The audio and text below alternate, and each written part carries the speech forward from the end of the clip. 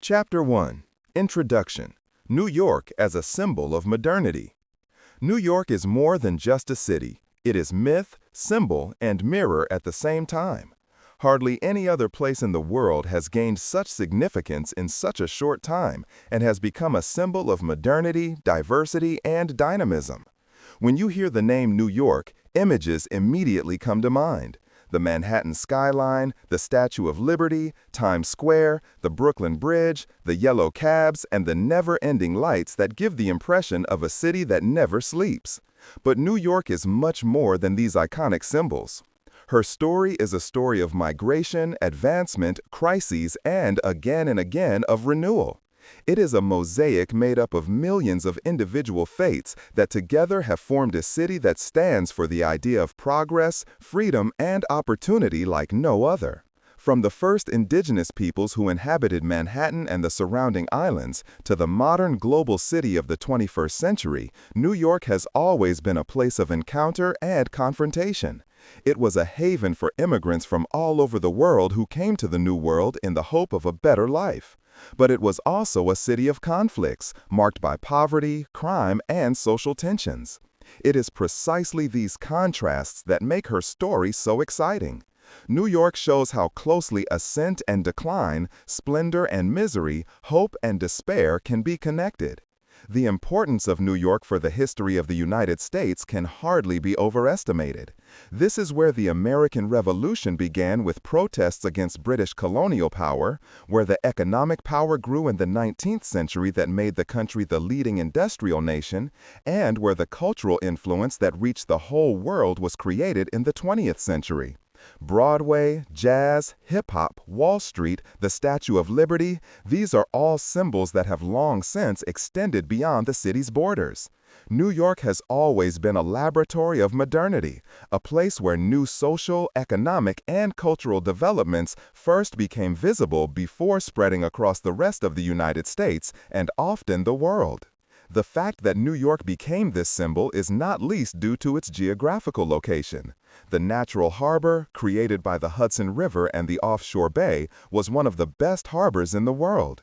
The Dutch already recognized the strategic importance of this place in the 17th century and founded New Amsterdam, which was later conquered by the English and renamed New York. From the beginning, the city was a hub of trade through which goods, people, and ideas circulated.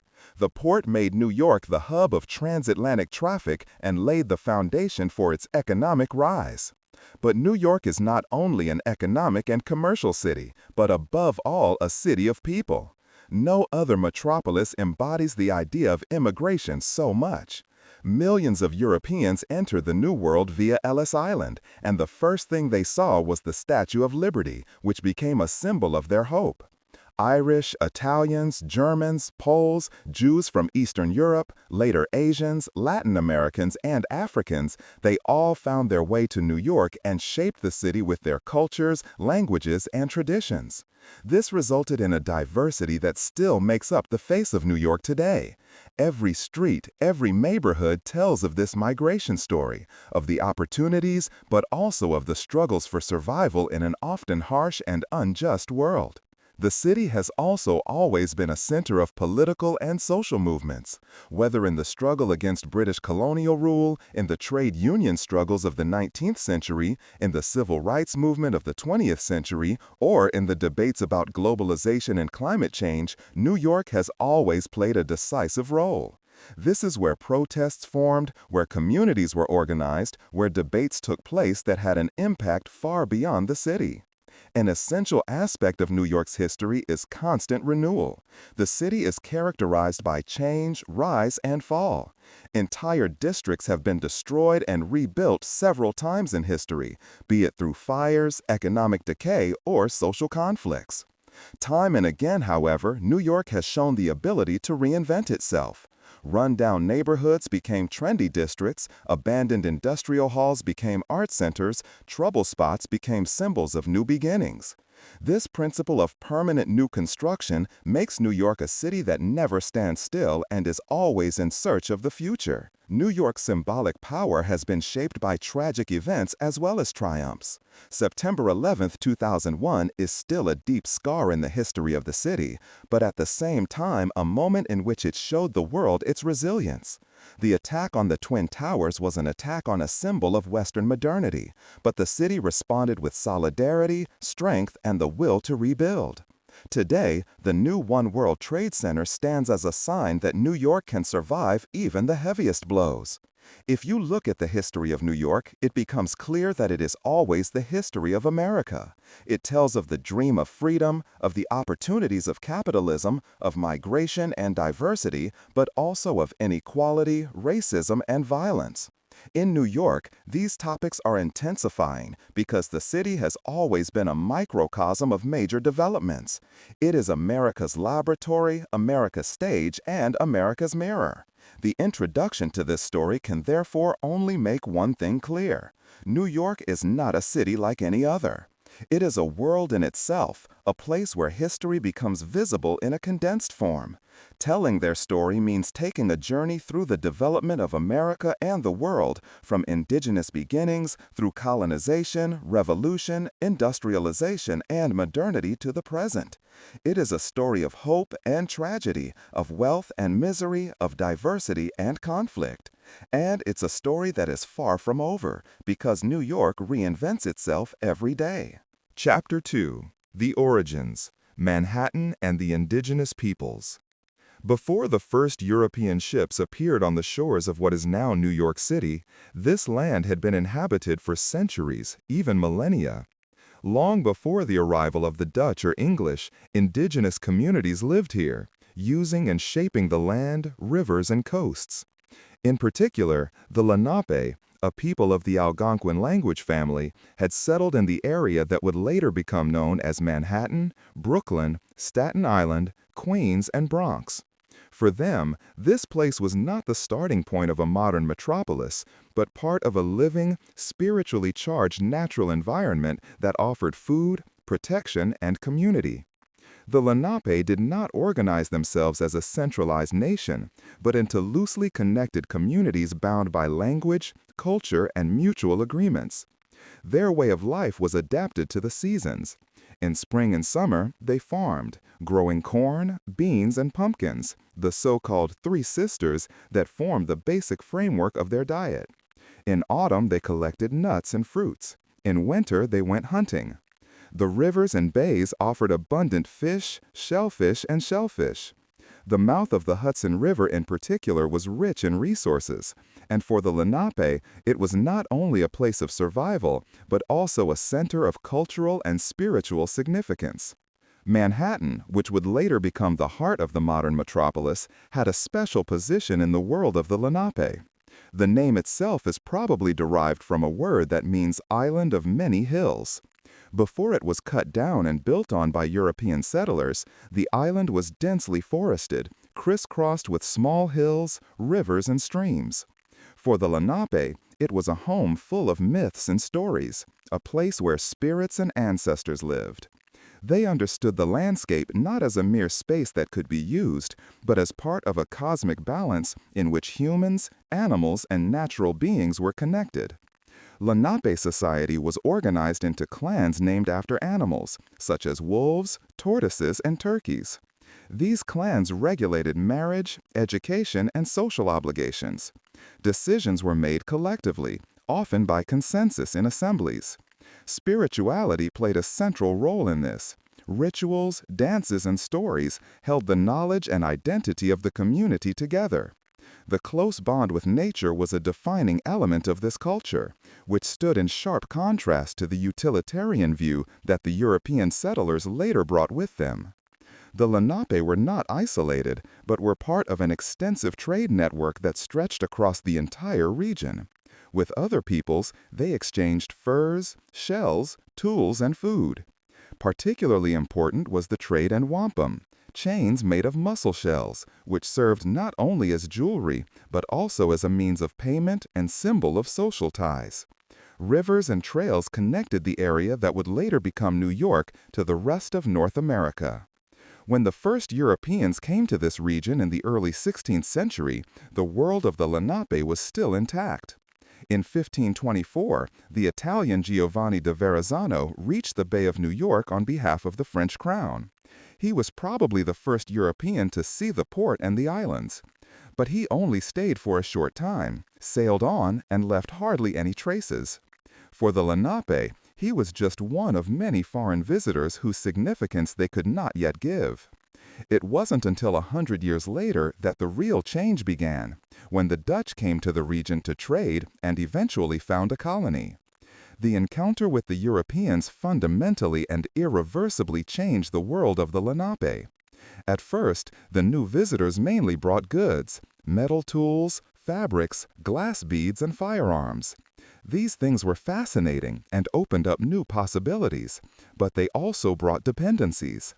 The Lenape began to hunt more skins to exchange for European goods. This changed their way of doing business, and they got caught up in a cycle that disturbed their old balance with nature. Even more consequential were the diseases that the Europeans brought in. Smallpox, measles, and influenza, to which indigenous peoples had no immunity, spread rapidly and killed entire communities. Within a few decades, the population of the Lenape shrank dramatically. What appeared to the Dutch and later the English as an empty, little-used landscape was in fact the result of a demographic catastrophe. The most famous episode in Manhattan's early history is the alleged purchase of the island by the Dutch in 1626.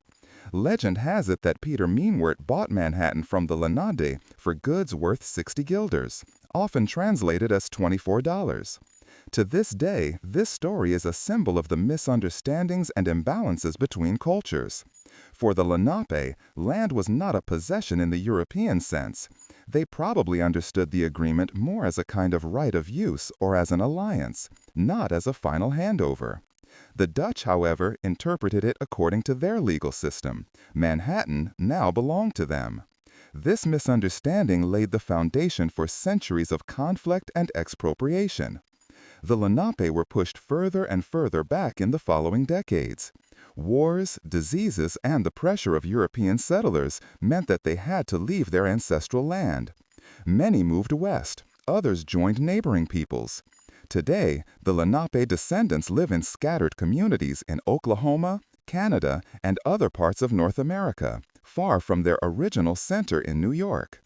But even though the Lenape disappeared from Manhattan and the surrounding area, they left their mark. Many place names in New York have indigenous roots. Manhattan, Canarsie, Rockaway, or Hackensack are just a few examples. The heritage of the indigenous peoples also lives on in the culture, stories, and myths of the city, even if it is often overlaid by colonial history. So the origins of New York do not lie with the Dutch or English, but in the world of the Lenape and other indigenous communities. Its history is a reminder that the city was built on a foundation of expropriation and expulsion. At the same time, it shows how rich and complex the world was that existed here before the modern metropolis came into being. New York is not only a city of modernity, but also a place where the traces of an older history are visible, a history that is often forgotten but never erased. Chapter 3: The Dutch and the Founding of New Amsterdam. The actual history of New York begins with the Dutch, who came to the region in the early 17th century and founded a settlement on the southern tip of Manhattan, which they called New Amsterdam. This foundation was part of a larger movement in which the Netherlands, then one of Europe's leading maritime powers, established colonies and trading bases around the world. Driven by economic interests, trade in spices, skins, and other goods, but also geopolitical ambitions, the Republic of the United Netherlands created an empire that stretched from Asia to the Caribbean. New Amsterdam was a small but significant building block of this network. The first decisive step was the expedition of Henry Hudson in 1609. Hudson, an English captain in the service of the Dutch East India Company, was looking for a northwest passage to Asia. On his journey, he reached New York Bay and sailed up the river that would later bear his name. Even though he missed his actual goal, he left the Dutch valuable maps and reports that identified the region as a potential trading center. Soon after, Dutch traders began to gain a foothold in the area, attracted above all by the rich occurrence of animal skins, which were coveted in Europe for the production of furs. In 1621, the Dutch founded the West India Company, which received the monopoly over trade and colonization in America. This company was the instrument with which the Netherlands pursued its colonial interests, and it decided to establish a base at the mouth of the Hudson River. In 1624, the first settlers arrived, first on Governor's Island, later on the southern tip of Manhattan, where the colony of New Amsterdam was established. New Amsterdam was initially a small provisional settlement. Wooden houses, fences, and a fort formed the core of the complex. The population consisted of Dutch settlers, company employees, soldiers, and traders. Soon, people of other origins were added because the Dutch were known for a certain tolerance and openness. The French, Germans, Scandinavians, and later also the English settled, so that the colony was multicultural from the beginning, a legacy that still characterizes New York today. The economy of the young settlement was based on trade with the indigenous peoples, especially the Lenape. Furs, especially those of beavers, were exchanged for European goods such as metal tools, fabrics, or glass beads. The demand for furs in Europe was so great that New Amsterdam quickly gained in importance. At the same time, the Dutch began to cultivate land. They planted fields and gardens, kept cattle, and used the forests and rivers for food. A defining element of the early city was the diversity of religions and cultures. While other colonial powers, such as the English or Spanish, often enforced strict religious rules, the Dutch allowed a comparatively wide range of leeway. Catholics, Protestants of various persuasions, Jews, and later even Muslims found refuge here. This diversity led to tensions, but also to an open atmosphere that would remain a trademark of the city. The settlement grew slowly but steadily. Streets were created, which later formed the basis of the city plan. Many of these streets, such as today's Broadway, originally followed paths of the indigenous peoples. Markets, churches, and public squares were laid out early on. The Dutch built a town hall, schools, and fortifications to protect themselves against attacks, both from indigenous groups and rival European powers. An important symbol of this time was the construction of a city wall in the north of the settlement, which was intended to protect against attacks. Along this wall, the famous Wall Street was later built, which is now the financial center of the world. The ironic turn of history shows that a protective wall that once surrounded the small New Amsterdam would later become synonymous with capitalism and the global economy. The relationship with the indigenous peoples was ambivalent. On the one hand, there was trade and exchange. On the other hand, there were conflicts and violence. The Dutch claimed more and more land, and misunderstandings about the ownership of land led to tensions. The Lenape and other peoples were increasingly affected by disease, loss, and displacement. Wars have occurred again and again, such as the bloody Kief's War in the 1640s, in which hundreds of indigenous people were killed. These conflicts mark the end of the balance that had existed between the colonists and the natives at the beginning. The administration of the colony was in the hands of the West India Company, which sent its governors. The most famous was Peter Stuyvesant, who was in charge of New Amsterdam from 1647 to 1664. Stuyvesant was an authoritarian but efficient administrator who organized the city, expanded fortifications, and strengthened the economy. Under his rule, the city took on a clearer structure and became a real settlement that was more than just a trading post. At the same time, Stuyvesant was known for his severity. He tried to restrict religious minorities and ruled with a heavy hand, which led to conflicts with the settlers who demanded more say. New Amsterdam has been a place of growth despite all the difficulties. Its strategic location on the Hudson River made it an indispensable trading point. Ships from Europe came with goods, and from here, furs, wood, and other goods went back across the Atlantic. The colony also became a stopover for ships bound for the Caribbean or South America. Thus, New Amsterdam grew in a larger trade network that made the Netherlands one of the world's leading economic powers in the 17th century. But the heyday of the Dutch colony was not to last long. England, which was establishing itself as an emerging colonial power in North America, had its eye on the strategically important settlement. In 1664, an English fleet sailed into the harbor of New Amsterdam. Stuyvesant wanted to resist, but the inhabitants refused to fight for Dutch rule. In the face of the superior force, the city capitulated without a fight. New Amsterdam fell to the English and was renamed New York in honor of the Duke of York, later King James II. This conquest marked the beginning of a new chapter in the history of the city. However, the Dutch roots did not disappear completely. Many settlers stayed. Their names, streets, and customs continued to shape the city. The Dutch heritage of religious diversity, trade openness, and pragmatic organization also laid a foundation on which New York continued to grow. New Amsterdam was small, but it already bore the seeds of the cosmopolitan city that would later emerge, multicultural, economically dynamic, and constantly changing. Chapter 4. The English Conquest and the Birth of New York. With the English conquest of New Amsterdam in 1664, a new era began for the city. The name New York was introduced in honor of the Duke of York, later King James II. This was not only associated with a symbolic renaming, but also with a reorientation in politics, society, and business. The Dutch colony became an English possession, embedded in England's growing colonial network in North America. But as abrupt as the change of power was, many Dutch traditions, names, and structures lived on, so that the new city remained marked by a double legacy from the very beginning. The English takeover was surprisingly peaceful. Governor Peter Stuyvesant had tried to persuade the citizens of New Amsterdam to resist, but most settlers were tired of the governor's authoritarian style and saw no point in risking their lives for Dutch rule. In addition, the English promised to respect existing rights. Many settlers therefore quickly came to terms with the new situation, and the city was integrated into the English colonial administration. The English immediately recognized the strategic importance of the port.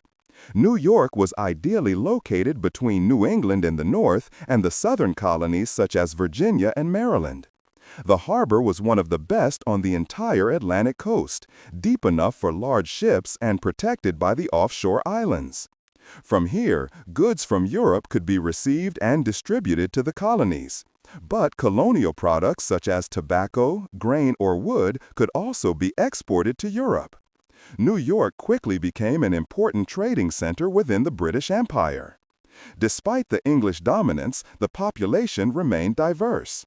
Dutch, English, French, Germans, Swedes, and people of African descent lived together here. As early as the 17th century, New York was a melting pot where different languages were spoken and different religions were practiced. The English allowed a certain religious freedom, even if they preferred the Anglican Church.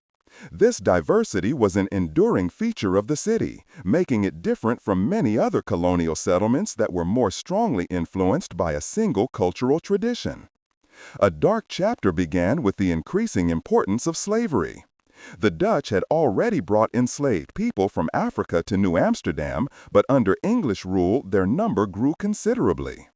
Enslaved Africans were used in New York to build houses, build roads, and work in the fields around the city. Until the 18th century, New York was the most important center of slavery in the North after Charleston, South Carolina. It is estimated that in the early 18th century, about 1/5 of New York's population consisted of enslaved people. Their work formed an invisible basis for the prosperity that the city developed during this time. Everyday life in the young English city was characterized by trade, religion, and social hierarchy. Wealthy merchants, often of English or Dutch origin, determined political and economic life. Small farmers, artisans, and merchants made up the middle class, while poor workers and enslaved people were at the bottom of society. Despite these differences, New York was more vibrant and bustling than many other colonial settlements that were more strongly influenced by a single cultural tradition. A dark chapter began with the increasing importance of slavery. The Dutch had already brought enslaved people from Africa to New Amsterdam, but under English rule, their number grew considerably. Enslaved Africans were used in New York to build houses, build roads, and work in the fields around the city. Until the 18th century, New York was the most important center of slavery in the North after Charleston, South Carolina. It is estimated that in the early 18th century, about 1/5 of New York's population consisted of enslaved people. Their work formed an invisible basis for the prosperity that the city developed during this time. Everyday life in the young English city was characterized by trade, religion, and social hierarchy. Wealthy merchants, often of English or Dutch origin, determined political and economic life. Small farmers, artisans, and merchants made up the middle class, while poor workers and enslaved people were at the bottom of society. Despite these differences, New York was more vibrant and bustling than many other colonial cities. Markets, taverns, and churches were places of encounter where the diversity of the city was shown. Politically, New York became part of the English colonial system, which was administered by governors and councils appointed by the Duke of York or directly by the Crown. But early on, the settlers demanded more say rights. Tensions repeatedly arose between the governors and the citizens, who invoked their Dutch tradition of self-government. In 1689, in the course of the Glorious Revolution in England, there was even an uprising, known as Leisler's Rebellion. The merchant Jacob Leisler took power in New York after questioning English rule. Although the uprising was crushed, it showed that the population was ready to fight for their rights. In the 18th century, New York continued to develop into a trading center. The port became the hub of Atlantic trade, handling goods from the Caribbean, Europe, and the colonies. Sugar, rum, tobacco, and slaves were just as much a part of it as grain, wood, and furs. This international network made the city rich and attracted more and more people. The population grew and new districts emerged. Streets were paved, new churches were built, and economic life flourished. Culturally, the city was a mixture of European traditions. Dutch names such as Haarlem, Harlem, Brooklyn, Breukelen, or Flushing, Vlissingen remained. English architecture and administration increasingly shaped the cityscape. Religious diversity remained a hallmark. Anglicans, Calvinists, Lutherans, Catholics, and Jews lived side by side. Particularly noteworthy was the presence of a Jewish community that is one of the oldest in North America. The contradictions of this time were obvious. On the one hand, a city that stood for diversity, trade, and openness, and on the other hand, a society based on inequality, slavery, and colonial rule. These tensions were to break out again in the further course of history and shape the development of the city. As the 18th century progressed, New York grew into one of the largest cities in the British colonies. Although it was behind Boston and Philadelphia, it quickly caught up. Its central location, harbor, and diversity made it a major player in emerging colonial America. At the same time, there was a growing awareness that the interests of the colony did not always coincide with those of the British Crown. The birth of New York under English rule was therefore a process in which different traditions were combined. The Dutch foundation became an English colony, but it was never completely English. She remained multicultural, characterized by diversity, and developed an awareness of independence early on. This awareness was to play a decisive role in the decades to come, when New York became the stage for the American struggle for independence. Chapter 5. New York in the Revolutionary War. When tensions between the 13 colonies and the British Crown came to a head in the late 18th century, New York played a central, albeit contradictory role. On the one hand, the city was an important center of trade and closely linked to Great Britain. And on the other hand, a growing number of people lived here who joined the demands for freedom and self-determination. This dichotomy made New York one of the key cities in the Revolutionary War and led to it becoming both a battlefield and a strategic center. Even in the years before the war, New York was the scene of political unrest. The tax laws of the British, such as the Stamp Act of 1765, sparked fierce protests in the city. Traders, craftsmen, and dock workers saw themselves burdened by the taxes and joined the resistance movements. In New York, a branch of the Sons of Liberty was founded, the secret organization that had organized the famous Tea Party in Boston. In New York, too, there were actions against British tax policy, including public meetings, boycotts, and attacks on royal officials. The geographical location of the city made it a sought-after target in the coming war. The port of New York was one of the best on the Atlantic coast, and control of it meant control of important trade and supply routes. Both the revolutionaries and the British knew that New York was of strategic importance. After the Declaration of Independence in July 1776, British efforts to put down the revolt focused on New York. In August of the same year, the Battle of Long Island took place, the first major battle after the Declaration. General George Washington led the Continental Army, but it was outnumbered and tactically inferior to British troops. The British landed on Long Island, bypassed the positions of the Americans, and inflicted a heavy defeat on them. Only by retreating at night across the East River did Washington manage to save its army. This flight was a decisive moment because without it, the war might have been lost as early as 1776. The British then occupied New York City and held the city until the end of the war. They made it their most important base in North America. New York became the center of their military and political activities. The harbor served as an anchorage for the British fleet, the city as quarters for soldiers, officers, and loyalists who continued to stand by the crown.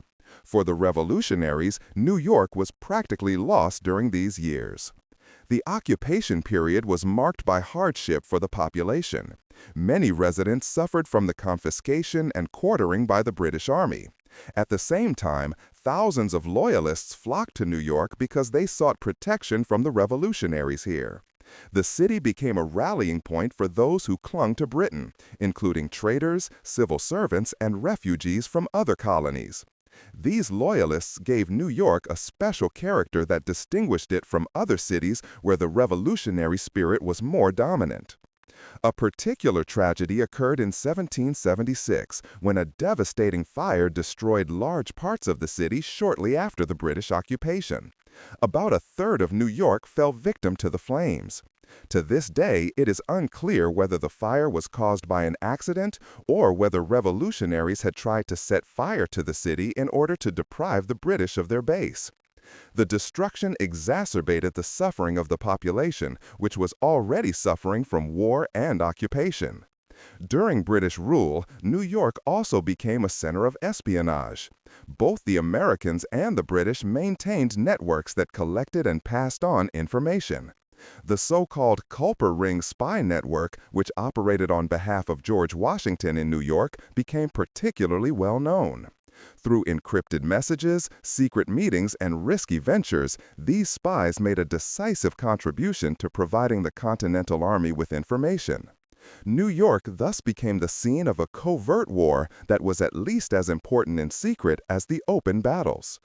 The fate of enslaved people also played an important role during the war. The British offered freedom to enslaved Africans if they fought on their side. Thousands took advantage of this opportunity and fled to New York to start a new life under British protection. However, many were forced back into slavery after the war or shipped to other British colonies. For her, New York was a place of hope, but also of disappointment. In 1783, the British occupation ended. With Evacuation Day on November 25, the last British troops left the city, and George Washington entered triumphantly. This day became a holiday for generations of New Yorkers to commemorate the liberation of the city. The return of the revolutionaries marked not only the end of the war, but also the beginning of a new era for New York, which was now part of the young United States. In the years immediately following the war, New York played a prominent role. For a short time, it was even the capital of the United States. From 1789 to 1790, the first Congress met here, and George Washington was sworn in the city as the first president of the United States. Although the capital soon shifted to Philadelphia and finally to Washington, D.C., this moment underlined the importance of New York in the young state. The time of the Revolutionary War had fundamentally shaped New York. It was a place of defeat and destruction, but also a scene of resistance, hope, and new beginnings. The war made it clear how important the city was for controlling the country. It left behind a legacy of loyalism, espionage, migration, and diversity that would shape the rest of history. A colonial settlement had given rise to a city that was now to play a leading role in the United States, a place that, despite its contradictions, became a symbol of the young republic. Chapter 6: City of Commerce, 19th Century and Industrialization. At the beginning of the 19th century, New York entered a phase that would secure its future as the leading commercial and financial metropolis in the United States. While in the 18th century the city was still marked by its role in the War of Independence and laboriously recovered from the destruction and upheavals, it developed at breathtaking speed in the new century. The port, the growing population, new technologies, and the opening of the American hinterland through the construction of canals and later railroads made New York one of the most important transshipment centers in the world. The Erie Canal, which opened in 1825, played a key role. It connected the Hudson River with the Great Lakes and thus the Atlantic coast with the interior of North America. This canal was a feat of engineering and an economic triumph. He made New York the gateway to the West because goods from Ohio, Michigan, or Illinois could now be transported to Manhattan via the canal and the Hudson River. At the same time, European goods could reach the interior via New York. The Erie Canal dramatically reduced transportation costs, accelerated trade, and was instrumental in New York overtaking Philadelphia, Boston, and other cities to become the undisputed trading metropolis of the United States. The Port of New York became the heart of the city during this time.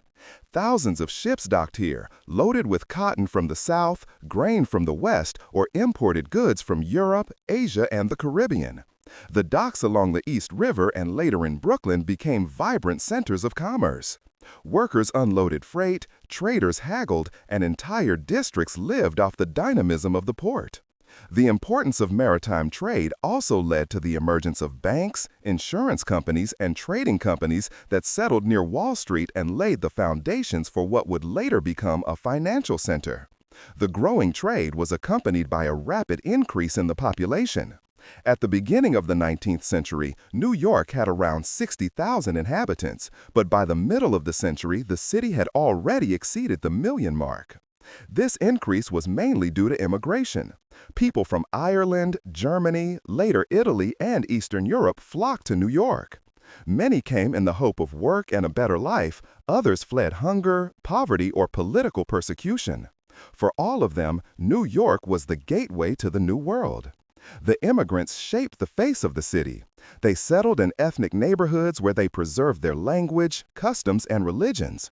The Irish, for example, who came to New York in large numbers in the 1840s because of the famine, soon formed one of the largest communities. They found work as dock workers, construction workers, or in the lowest jobs, but also suffered from poverty, exclusion, and discrimination. German immigrants brought their crafts and culture with them, founded breweries and associations. Later, Italians, Jews from Eastern Europe, and many others followed. The diversity that characterizes New York today emerged in full sharpness during this time. But the rapid development also brought social problems. The poverty in the overcrowded neighborhoods was enormous. Entire families lived in cramped tenements, which were often without adequate hygiene, water, or light. Diseases such as cholera or typhoid fever spread again and again. At the same time, gangs and criminal groups emerged in the streets that took advantage of the misery. Social tensions led to riots, such as the infamous draft riots during the Civil War, when Irish immigrants rebelled against conscription and bloody riots rocked the city. Despite these problems, the 19th century was also a time of new beginnings and innovation. New York developed into a center of communication and media. In 1835, the New York Herald was founded, soon followed by the New York Times and the New York Tribune. Newspapers became affordable and reached broad sections of the population. They made the city a center of public opinion and contributed to the formation of an urban public sphere. New York also grew culturally. Theaters, museums, and libraries were built. The Metropolitan Opera, founded in 1883, set the standard, as did the Metropolitan Museum of Art, which became one of the most important museums in the world. The city became not only a commercial and financial center, but also a cultural heart of America. Politically, the city played an important role in national affairs. During the Civil War, New York was part of the Union, but sympathies were divided. Many businessmen had close ties to the South because the cotton trade was central to the port. At the same time, the city lived from the factories and shipyards that worked for the North. The aforementioned draft riots of 1863, which lasted for several days and claimed hundreds of lives, showed how deep the tensions were. Nevertheless, New York was indispensable for the Union and contributed decisively to victory in the Civil War. Industrialization further changed the face of the city. Factories sprang up, railroads connected New York to the hinterland, and the city became the center of modern capitalism. Wall Street grew into the control center of the financial system. Banks such as J.P. Morgan shaped economic development. The trade in cotton, grain, iron, and other goods made the city rich and attracted even more people. The structural development reflected this rise. More and more roads were built, bridges were built, and parks were created. Central Park, which was built from the 1850s onward according to the plans of Frederick Law Olmsted and Calvert Vaux, was a milestone in urban planning. It offered residents a place to relax and became a symbol of the striving to preserve a piece of nature in the midst of the growing metropolis. By the end of the 19th century, New York had become the largest city in the United States and one of the most important metropolises in the world. Its development was a reflection of industrialization and capitalism, with all its successes and dark sides. It was a city of opportunity where immigrants could build a new life, but also a city of hardship, poverty, and inequality were all present. In the 19th century, New York was one thing above all: the city of commerce. Its port, its banks, its factories, and its people made it an engine of American growth. At the same time, this period laid the foundation for much of what was to shape New York in the 20th century. The waves of immigration, social diversity, economic dominance, and cultural appeal. A colony had become a cosmopolitan city that would never again lose its role in global affairs. Chapter 7: Immigration and Ellis Island. If there's one symbol that shapes the history of New York in the 19th and early 20th centuries like no other, it's Ellis Island. Millions of people from all over the world entered the United States through this small island in New York Harbor, which was the country's main immigration center between 1892 and 1954. For many, it was the gateway to a new life, but for some, it was also the end of a dream if they failed the exams.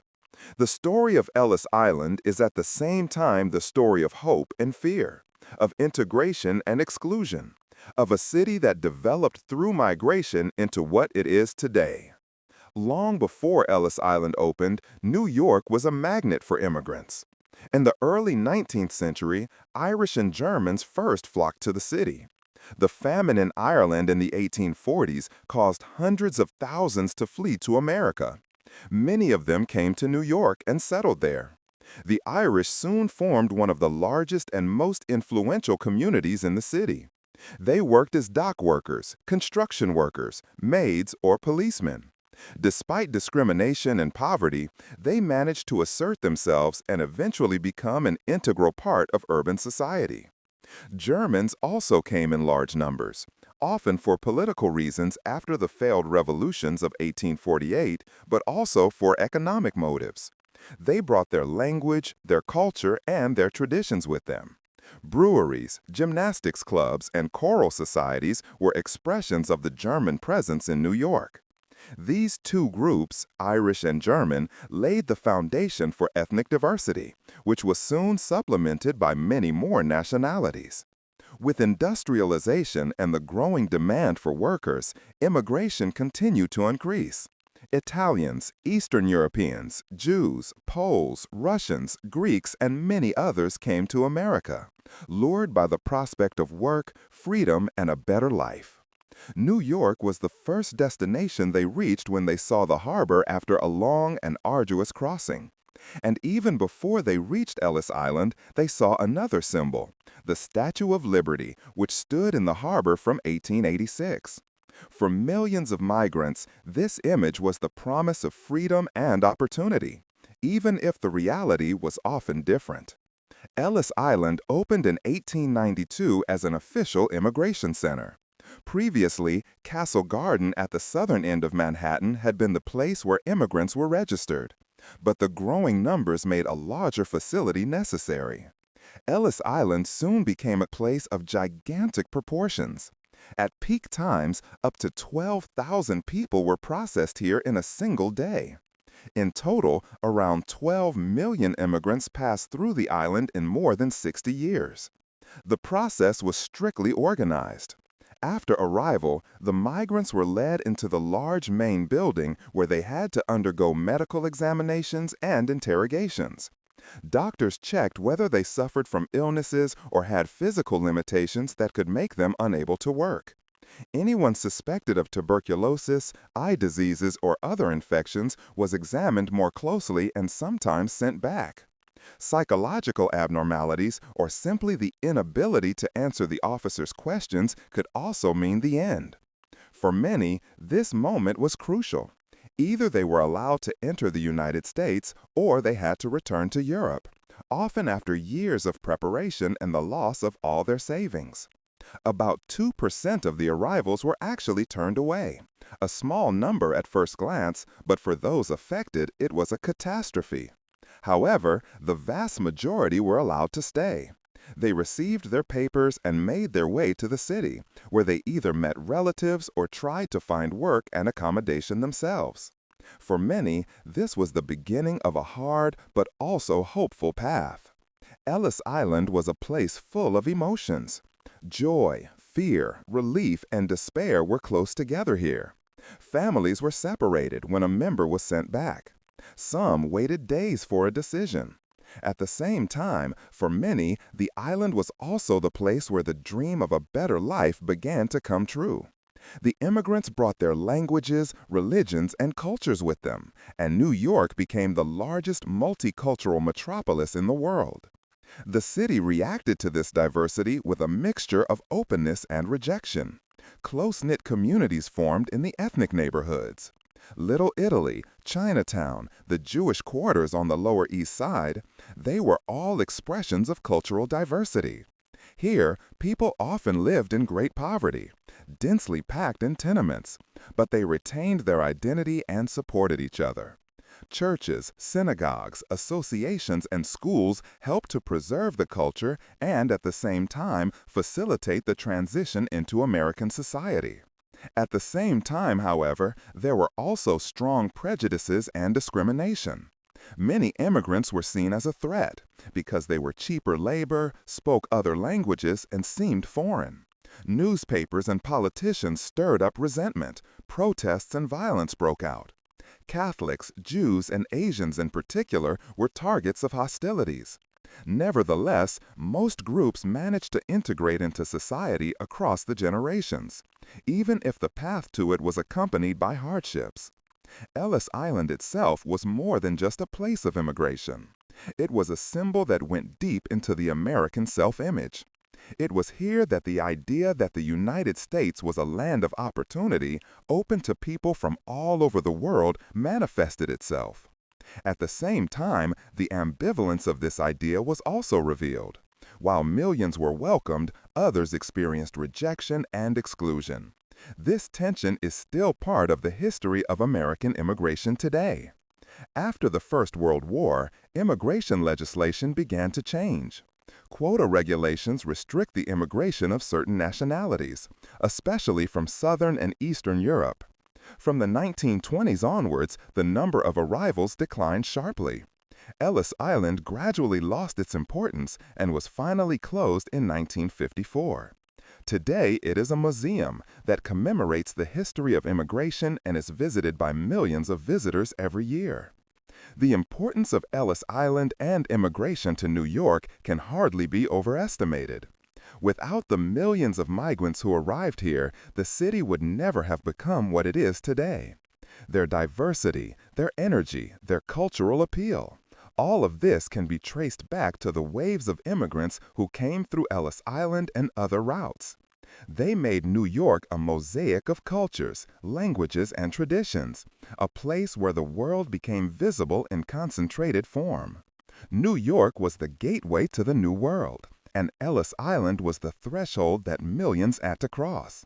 The stories that took place here are stories of hope and despair, of new beginnings and loss.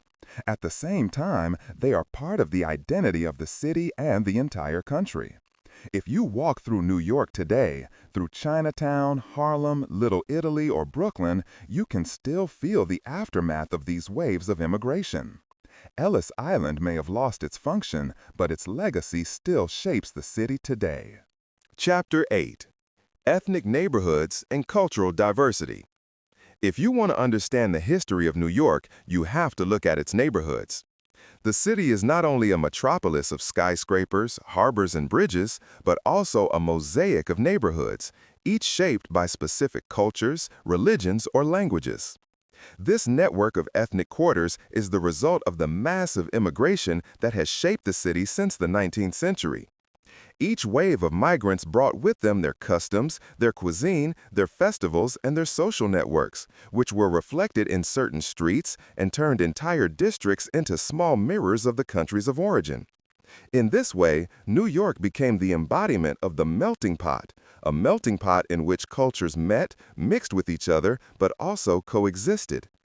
A particularly well-known example is Little Italy. This neighborhood was created in the 19th century when hundreds of thousands of Italians came to New York, many of them from southern Italy and Sicily. They fled poverty, hunger, and lack of prospects, but found a new home in the narrow streets of Manhattan. In Mulberry Street and the surrounding streets, they formed a dense network of restaurants, shops, and churches. Here, you could buy Italian food, speak Italian, and cultivate Italian traditions. Festivals such as the San Gennaro Festival became important events in the neighborhood. At the same time, many families lived in abject poverty and had to struggle through the factories, on the construction sites, or as street vendors. Little Italy was a place of community and identity, but also a symbol of the difficulties that awaited migrants in the New World. Another famous neighborhood is Chinatown, which developed in the late 19th century. Chinese immigrants first came to California, where they worked in railroad construction and mines. But discrimination and exclusion drove many of them further east, to New York. Near Canal Street, a community was born that preserved its language, its cuisine, and its traditions. Restaurants, pharmacies, temples, and shops formed the heart of Chinatown. Here, newcomers found support, protection, and work, often in small workshops or in the catering industry. Chinatown was both a refuge from racial exclusion and an isolated microcosm in which life was determined by its own rules. Jewish immigration also left deep marks. Especially in the late 19th and early 20th centuries, hundreds of thousands of Jews from Eastern Europe came to New York, many of them fleeing pogroms and discrimination. They settled mainly in the Lower East Side. Dense tenements were built here, in which entire families lived in a confined space. Nevertheless, the district developed into a center of Jewish culture. Synagogues, schools, theaters, and newspapers dominated the streets. Yiddish theater flourished, and newspapers such as the Forwards became mouthpieces for the community. At the same time, the Lower East Side was a place of hard work. Many Jews worked in the sweatshops of the textile industry, where they sewed clothes under miserable conditions. Despite the hardships, they managed to achieve social advancement within a few generations and make important contributions to the city's culture, politics, and economy. The Irish community also shaped entire neighborhoods, especially in Manhattan and later in the Bronx and Brooklyn. In the 1840s and 1850s, during the Great Famine in Ireland, hundreds of thousands of Irish came to New York. They lived in extreme poverty, many in the notorious Five Points neighborhood, notorious for its gang crime, slums, and social tensions. The Irish were initially massively discriminated against, considered uncivilized and uneducated. But over time, they built up networks, took on important positions in the police, in the city administration, and in politics. Tammany Hall, a political organization that dominated city politics for decades, was heavily influenced by Irish politicians. In this way, the Irish managed to rise from a despised minority to a central power within the city. The German community also brought lasting influences with it. Germans settled in various parts of the city, especially in the so-called Little Germany in today's East Village. Here were beer gardens, gymnastics clubs, and cultural institutions that kept German traditions alive. The Germans made a decisive contribution to the development of education, crafts, and culture. They founded schools, clubs, and newspapers and brought with them their customs, such as Christmas, which soon became popular in America. Over time, other groups were added: Greeks, Poles, Puerto Ricans, African Americans from the south of the USA, later Dominicans, Jamaicans, Koreans, and many others. Each of these communities created its own neighborhoods, often characterized by close social ties, mutual aid, and a strong cultural identity. This diversity led to a unique urban landscape in which one could move from one cultural cosmos to the next within a few streets. The ethnic districts were not only places of preservation of traditions, but also laboratories of integration. Here, immigrants learned step by step to fit into American society without completely abandoning their origins. The children attended American schools, spoke English, and rose socially, while the parents often remained rooted in the ancient language and culture. This process was not always harmonious, accompanied by tensions, conflicts, and identity crises, but it made New York a city that always took on new faces. Cultural diversity has also been a source of creativity and innovation. New forms of music, art, and literature emerged in the districts. Jazz, hip-hop, salsa, Broadway musicals, none of this is conceivable without New York's history of immigration and ethnic diversity. The city became a place where cultures met, mixed, and produced something new. But this diversity also brought conflicts. Racism, discrimination, and violence were constant companions. Ethnic groups fought for jobs, housing, and recognition. Street gangs arose that defended their neighborhoods and often brutally attacked each other. Political organizations such as Tammany Hall used these tensions to gain power by supporting certain groups and marginalizing others. Despite all these problems, cultural diversity was New York's greatest strength. It made the city a world in miniature, a place where you could experience the whole world without leaving the city limits. In Little Italy, it smelled of pasta and garlic. In Chinatown, of spices and tea.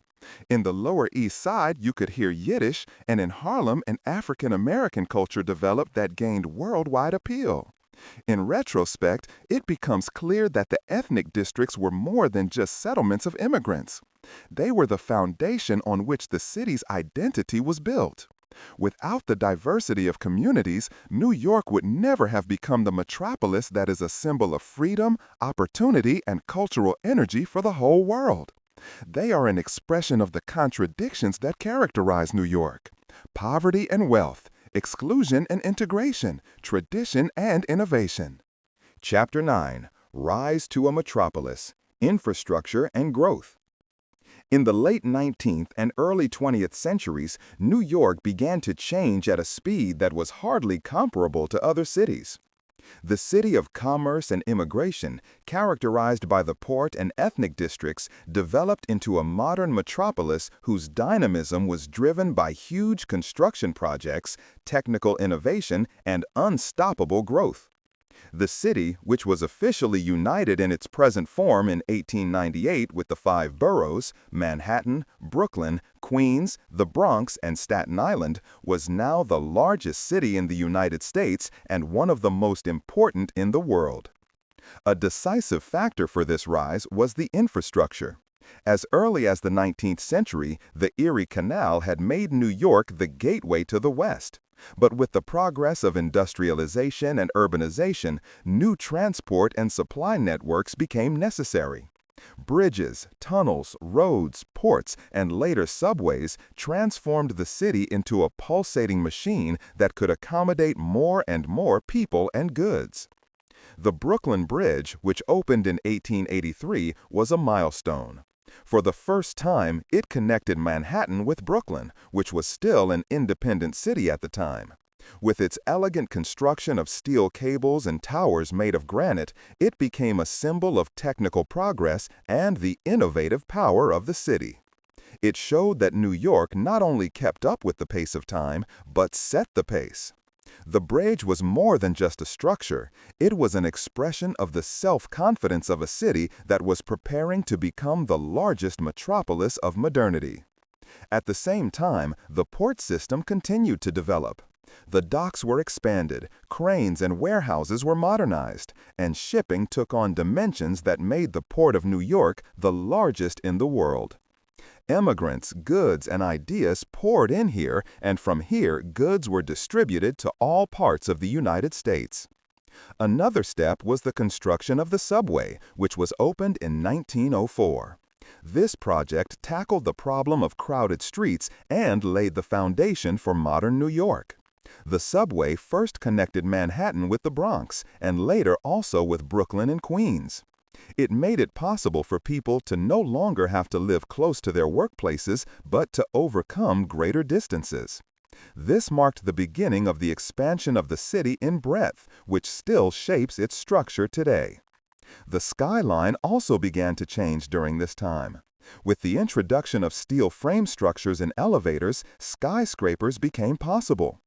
Buildings such as the Flatiron Building of 1902 or later the Woolworth Building of 1913 changed the face of Manhattan. The city grew not only in width but also in height, and the skyline became a visible expression of New York's ambition and modernity. The unification of the 5 boroughs in 1898 was a political step of enormous importance. Until then, Manhattan, Brooklyn, Queens, the Bronx, and Staten Island were independent administrative units. The merger created a gigantic city whose area and population far exceeded the dimensions of other American cities. This consolidation made it possible to better pool resources, implement infrastructure projects on a larger scale, and develop the city as a unit. It made a decisive contribution to New York becoming not only the largest city in America in the 20th century, but the capital of modernity. However, the growth of the city was not only a question of technology and administration, but also of people. Millions of immigrants settled in New York during this time, and their labor drove the city forward. They built the roads, the bridges, the skyscrapers. They worked in the factories, in the docks, in the shops. They shaped the culture, language, and everyday life of the city. Without them, New York's rise would have been unthinkable. However, the growth was also accompanied by enormous social problems. The tenements of the Lower East Side were overcrowded, diseases were rampant, and poverty was omnipresent. Child labor was widespread, and working conditions in the factories were often catastrophic. The fire at the Triangle Shirtwaist Factory in 1911, in which over 140 mostly young immigrants died, became a symbol of exploitation and the need for reform. Such events led to a growing labor movement, which was particularly strong in New York. Trade unions organized strikes, protests, and demonstrations that put pressure on politicians and led to improvements. The city administration faced enormous challenges. Clean water, sewage disposal, garbage disposal, all of this had to be organized while the population grew into the millions. Projects such as the Croton Aqueduct, which brought clean water from the surrounding countryside to the city, were vital. Parks such as Central Park became oases in the crowded city and showed that urban planning could also have social functions. Politically, New York was characterized by machines like Tammany Hall, which exercised power with patronage, corruption, but also social welfare. Such organizations controlled elections, distributed jobs, and ensured that certain communities, especially immigrants, were involved in city politics. At the same time, they were also criticized for their nepotism and corruption. This ambivalence was typical of the city. Progress and grievances went hand in hand. The cultural side of growth was equally impressive. Museums, libraries, and theaters emerged. Broadway developed into a stage for new forms of entertainment. And an African-American culture began to unfold in Harlem that would soon gain worldwide importance. New York was not only a city of work and commerce, but also a center of art, music, and literature. By the beginning of the 20th century, New York had developed into a metropolis that was unique in many ways. It was the gateway to the world, the capital of trade, a center of immigration, and a laboratory of modernity. Its infrastructure, its skyline, its cultural diversity, and its political dynamism made it a role model and a myth. It was a place where the future condensed, chaotic, contradictory, but always forward-looking. New York's rise was by no means complete. Rather, the basis was laid for a city that was to become not only the largest in the United States in the 20th century, but the capital of the world. Chapter 10. New York in the Civil War and Beyond. When the United States plunged into civil war in 1861, New York found itself in a contradictory situation. On the one hand, the city was part of the Union and officially committed to the cause of the North.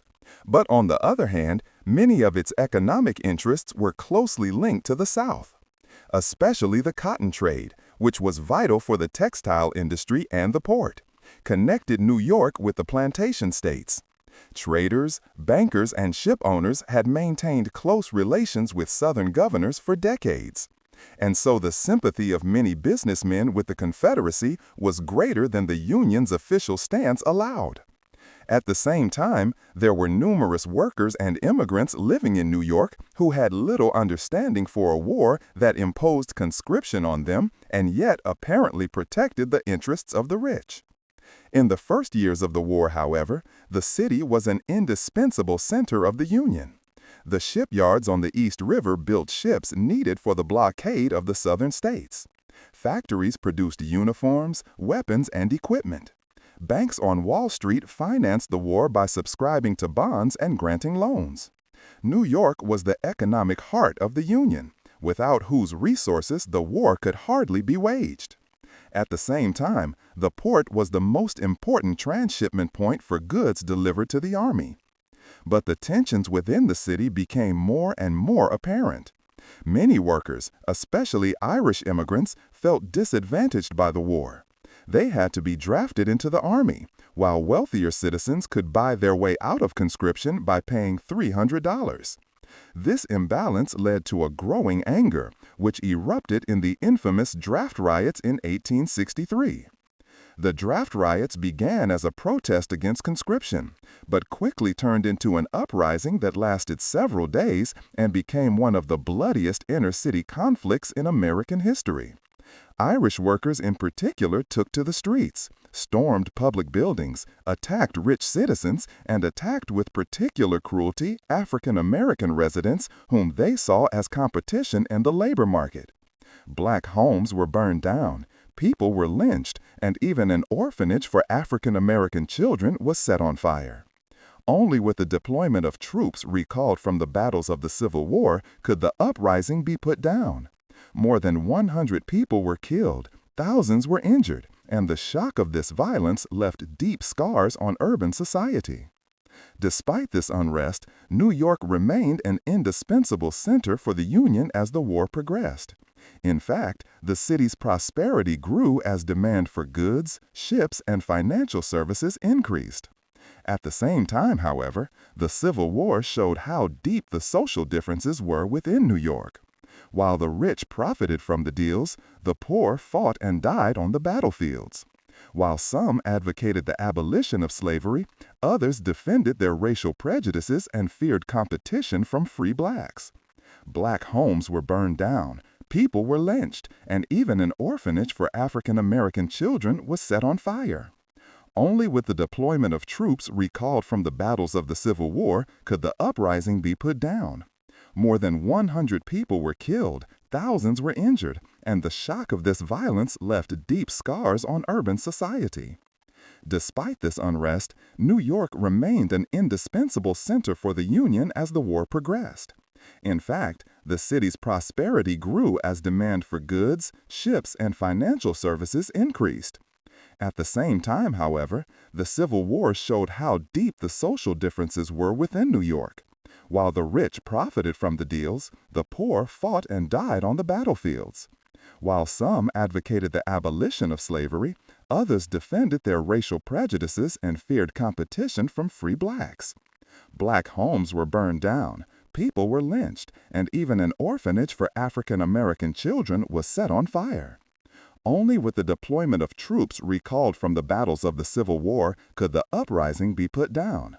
More than 100 people were killed, thousands were injured, and the shock of this violence left deep scars on urban society. Despite this unrest, New York remained an indispensable center for the Union as the war progressed. In fact, the city's prosperity grew as demand for goods, ships, and financial services increased. At the same time, however, the Civil War showed how deep the social differences were within New York. While the rich profited from the deals, the poor fought and died on the battlefields.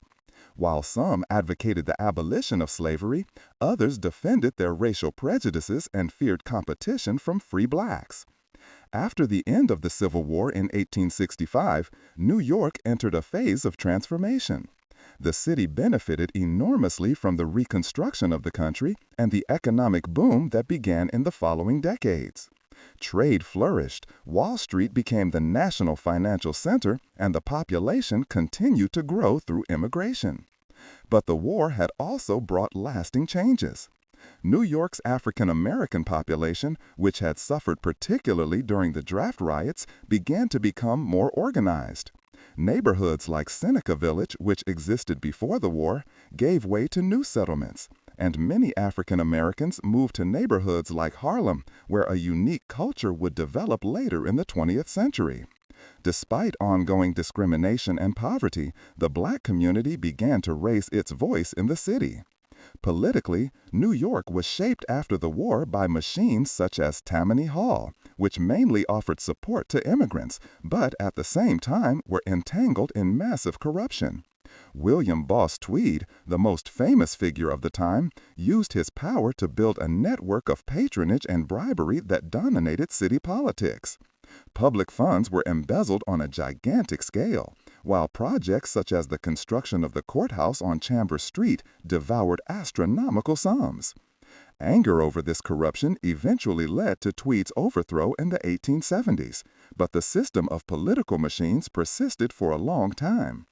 The economic development after the Civil War was characterized by industrialization and urbanization. New York became the center of the textile industry, printing, and trade. At the same time, the importance of Wall Street grew, developing from a regional trading venue to a national financial center. During this time, the establishment of large banks and insurance companies, the concentration of capital, and the emergence of large corporations made New York the nerve center of American capitalism. The infrastructure also continued to develop. New bridges, streets, and parks were built, and the city grew beyond Manhattan's borders. Brooklyn, which was still an independent city at the time, developed parallel to Manhattan and was to be united with the other boroughs at the end of the century. Immigration continued unabated after the war. New waves of migrants came from Southern Europe and Eastern Europe in particular, settling in the tenements of the Lower East Side and in the growing neighborhoods of Brooklyn and Queens. This immigration further transformed the city and helped it become one of the most diverse metropolises in the world. Culturally, the city experienced a flourishing. Newspapers such as the New York Times and the New York Herald reported daily on politics, economics, and life in the metropolis. Theaters, museums, and libraries were founded, and the first beginnings of a modern mass culture became visible. At the same time, most people's lives were marked by hard work, poverty, and precarious conditions. In retrospect, it is clear that the Civil War was both a burden and an opportunity for New York. The city was deeply divided between loyalty to the Union and economic ties to the South, between the interests of the rich and the needs of the poor, between immigrants and the native population, between whites and blacks. But after the war, New York managed not to overcome these tensions, but to turn them into a dynamic that drove its further growth. The city emerged stronger from this time. It was not only economically powerful, but also socially and culturally diverse. The conflicts of the Civil War had shown how fragile cohesion was, but they had also paved the way for a city that would become the largest and most important metropolis in America in the late 19th century. Chapter 11. The Gilded Age and the Dawn of Modernity. The second half of the 19th century and the first years of the 20th century were a time of dazzling rise for New York, but also of extreme contrasts. This era, known in the United States as the Gilded Age, was characterized by rapid economic growth, the rise of new industries, the wealth of the few, and the poverty of the many. For New York, this meant that the city became the capital of American capitalism, a place where money, power, and culture were concentrated in an unprecedented way. At the same time, it was a time when the social problems of industrialization became visible with full force. New York experienced an economic boom during these decades. The port flourished, Wall Street became the center of American finance, and large companies used the city as a control center. Banks, insurance companies, and trading companies concentrated their capital here, and the stock exchange became a symbol of the dynamism but also of the risks of the new capitalism. Personalities like J.P. Morgan shaped this period by controlling entire industries and influencing politics through their financial power. The Skyline began to change during this era. With the use of steel structures and modern elevators, the first skyscrapers were created, which permanently shaped the face of the city. Buildings such as the Flatiron Building or the Singer Building were technical masterpieces that made New York a symbol of progress. The city grew not only in width, but above all in height, and the silhouette of Manhattan became a symbol of American rise. But this ascent was not evenly distributed. While a small elite amassed enormous wealth, the majority of the population lived in abject poverty. Industrialization brought work in the factories, but the conditions were often catastrophic.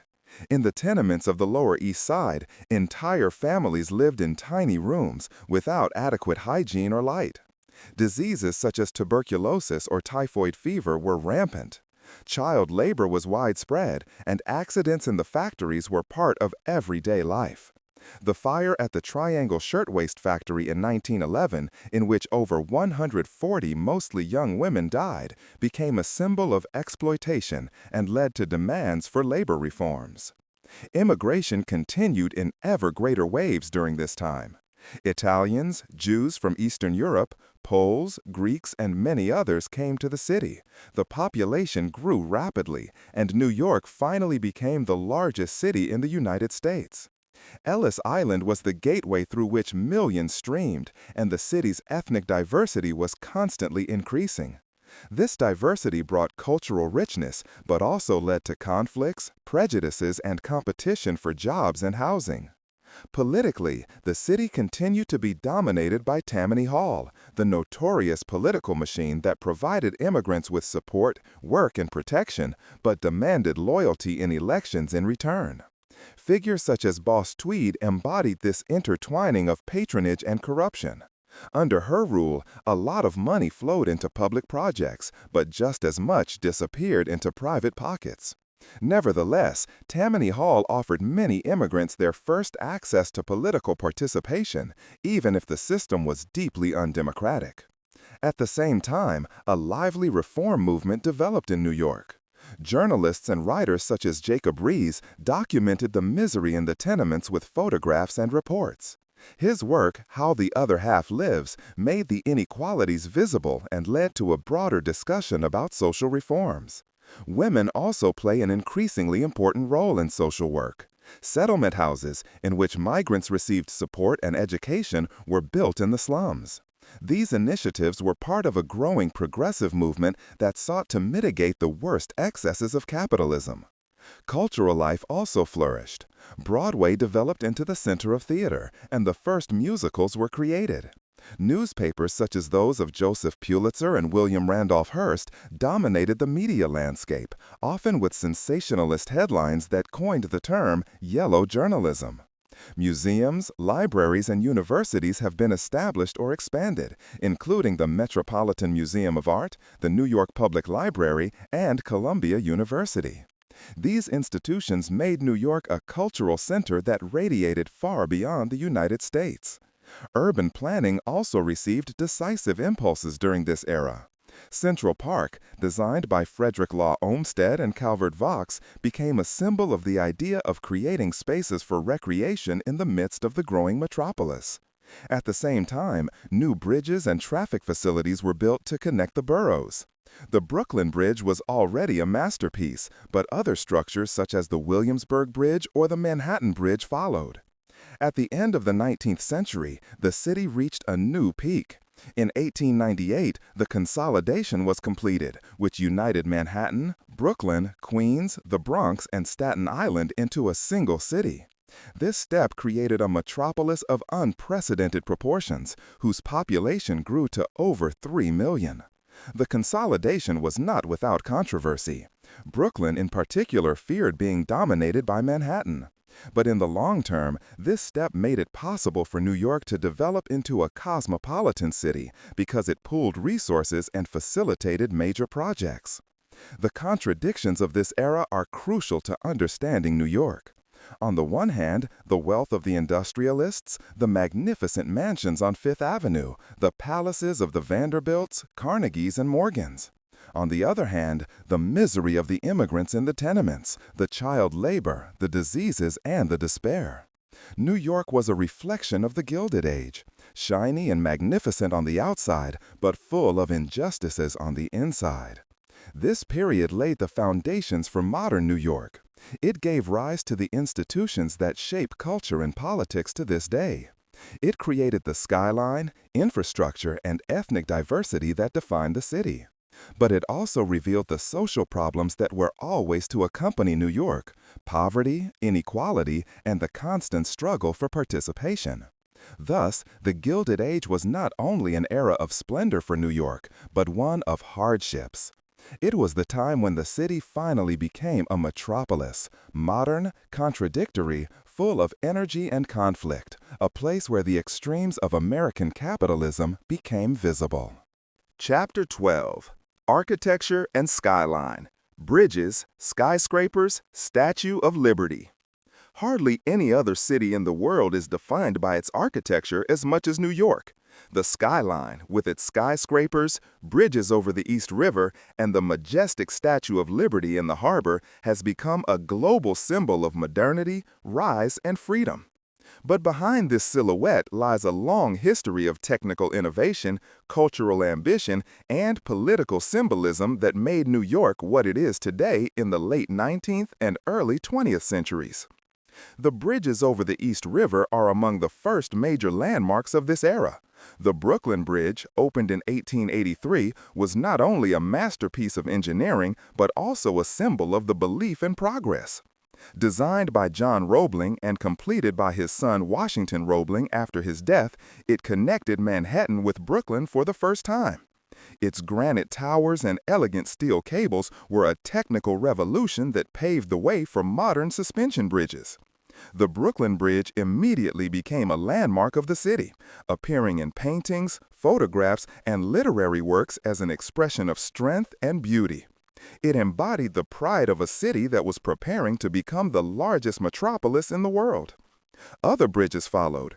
The Williams Bridge, 1903, and the Manhattan Bridge, 1909, expanded the connections between Manhattan and Brooklyn and facilitated the transportation of people and goods.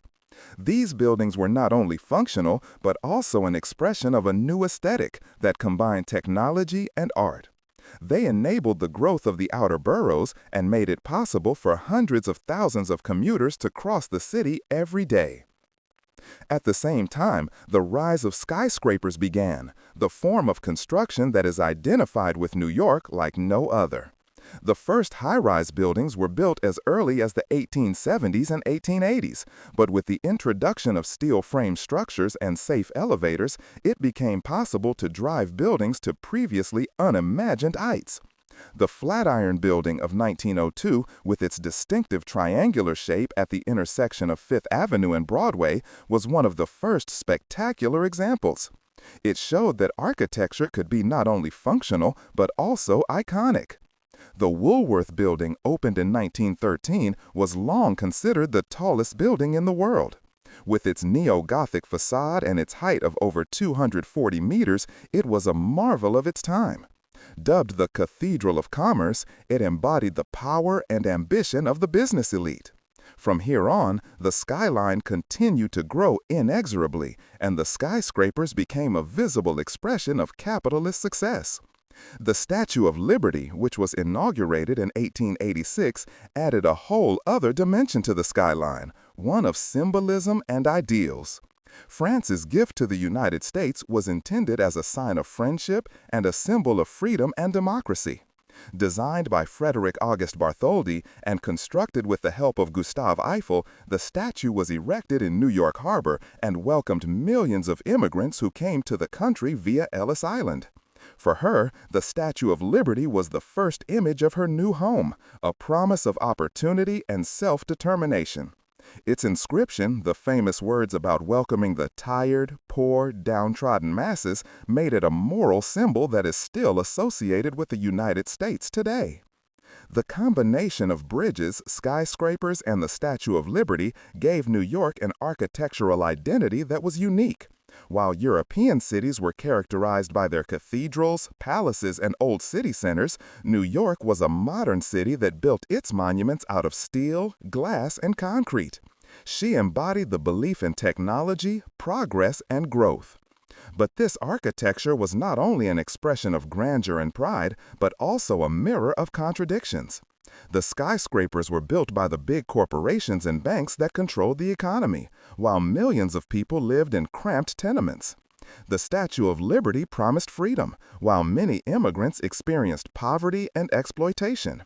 The bridges connected the districts, but they also made visible how rapidly the city was expanding and how great the social differences between the boroughs were. At the same time, architecture was a means of shaping the cultural identity of the city. Buildings like Grand Central Station, opened in 1913, were not only transportation hubs, but also palaces for the public. They showed that infrastructure could be aesthetic, monumental, and accessible to all. Libraries, museums, and theaters were also built during this time, and their architecture was an expression of a new self-confidence. New York wanted to be not only an economic, but also a cultural center. The skyline continued to grow, and with each new skyscraper, the city redefined itself. The skyscrapers became symbols of the companies that had them built, but also a sign of the collective ambition of a metropolis that seemed to know no boundaries.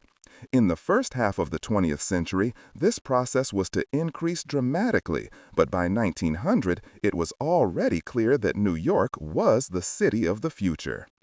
Architectural development was closely linked to the technical innovations of the time. Electricity, elevators, steel, and modern construction methods made it possible to build at heights that would have been unthinkable before.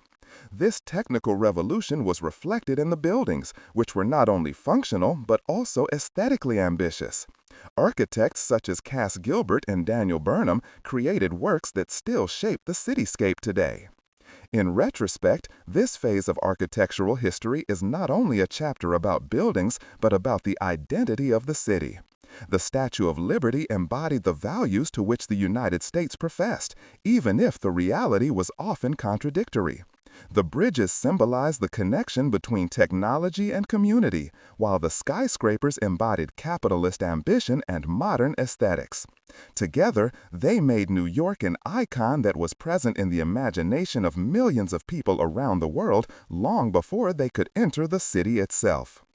This is how the skyline was created in the late 19th and early 20th centuries, which is now inextricably linked to New York. It was the result of ambition, technique, symbolism, and contradictions.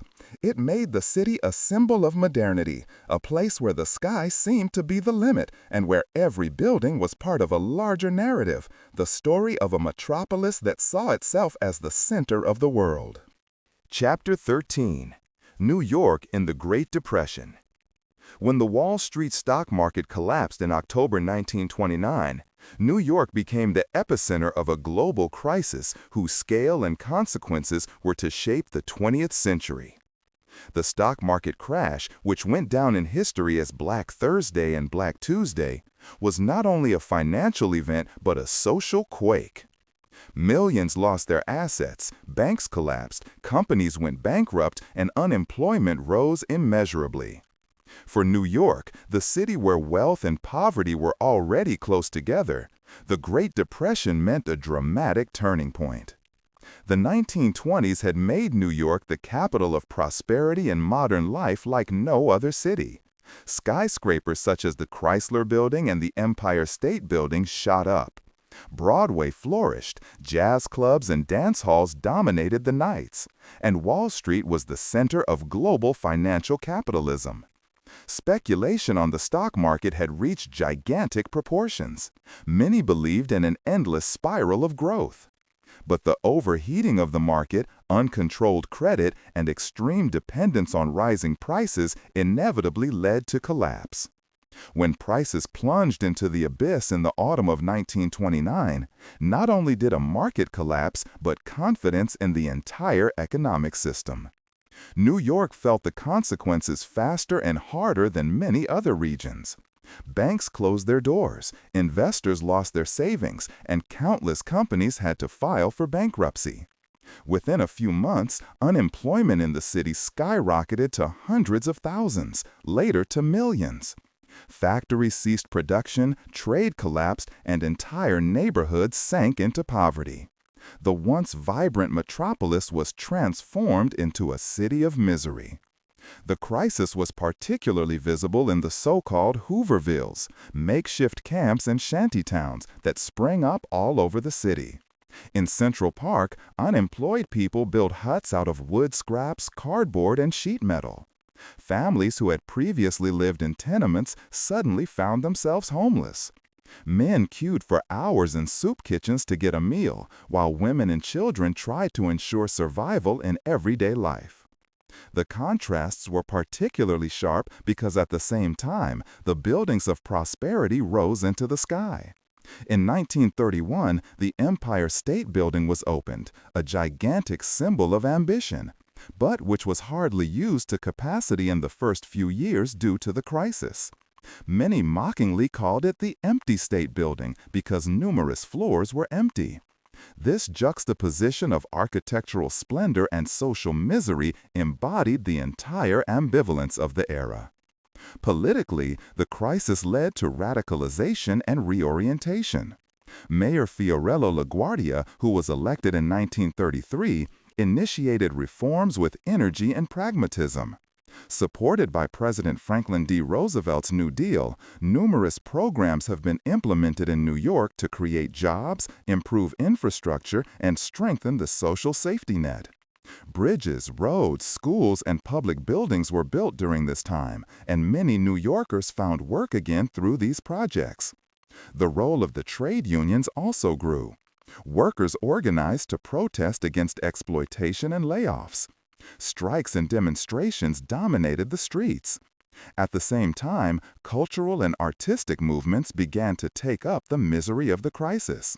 Photographers, writers, and painters documented the suffering but also the resilience of the people. Plays, songs, and reports made the need visible and gave it a voice.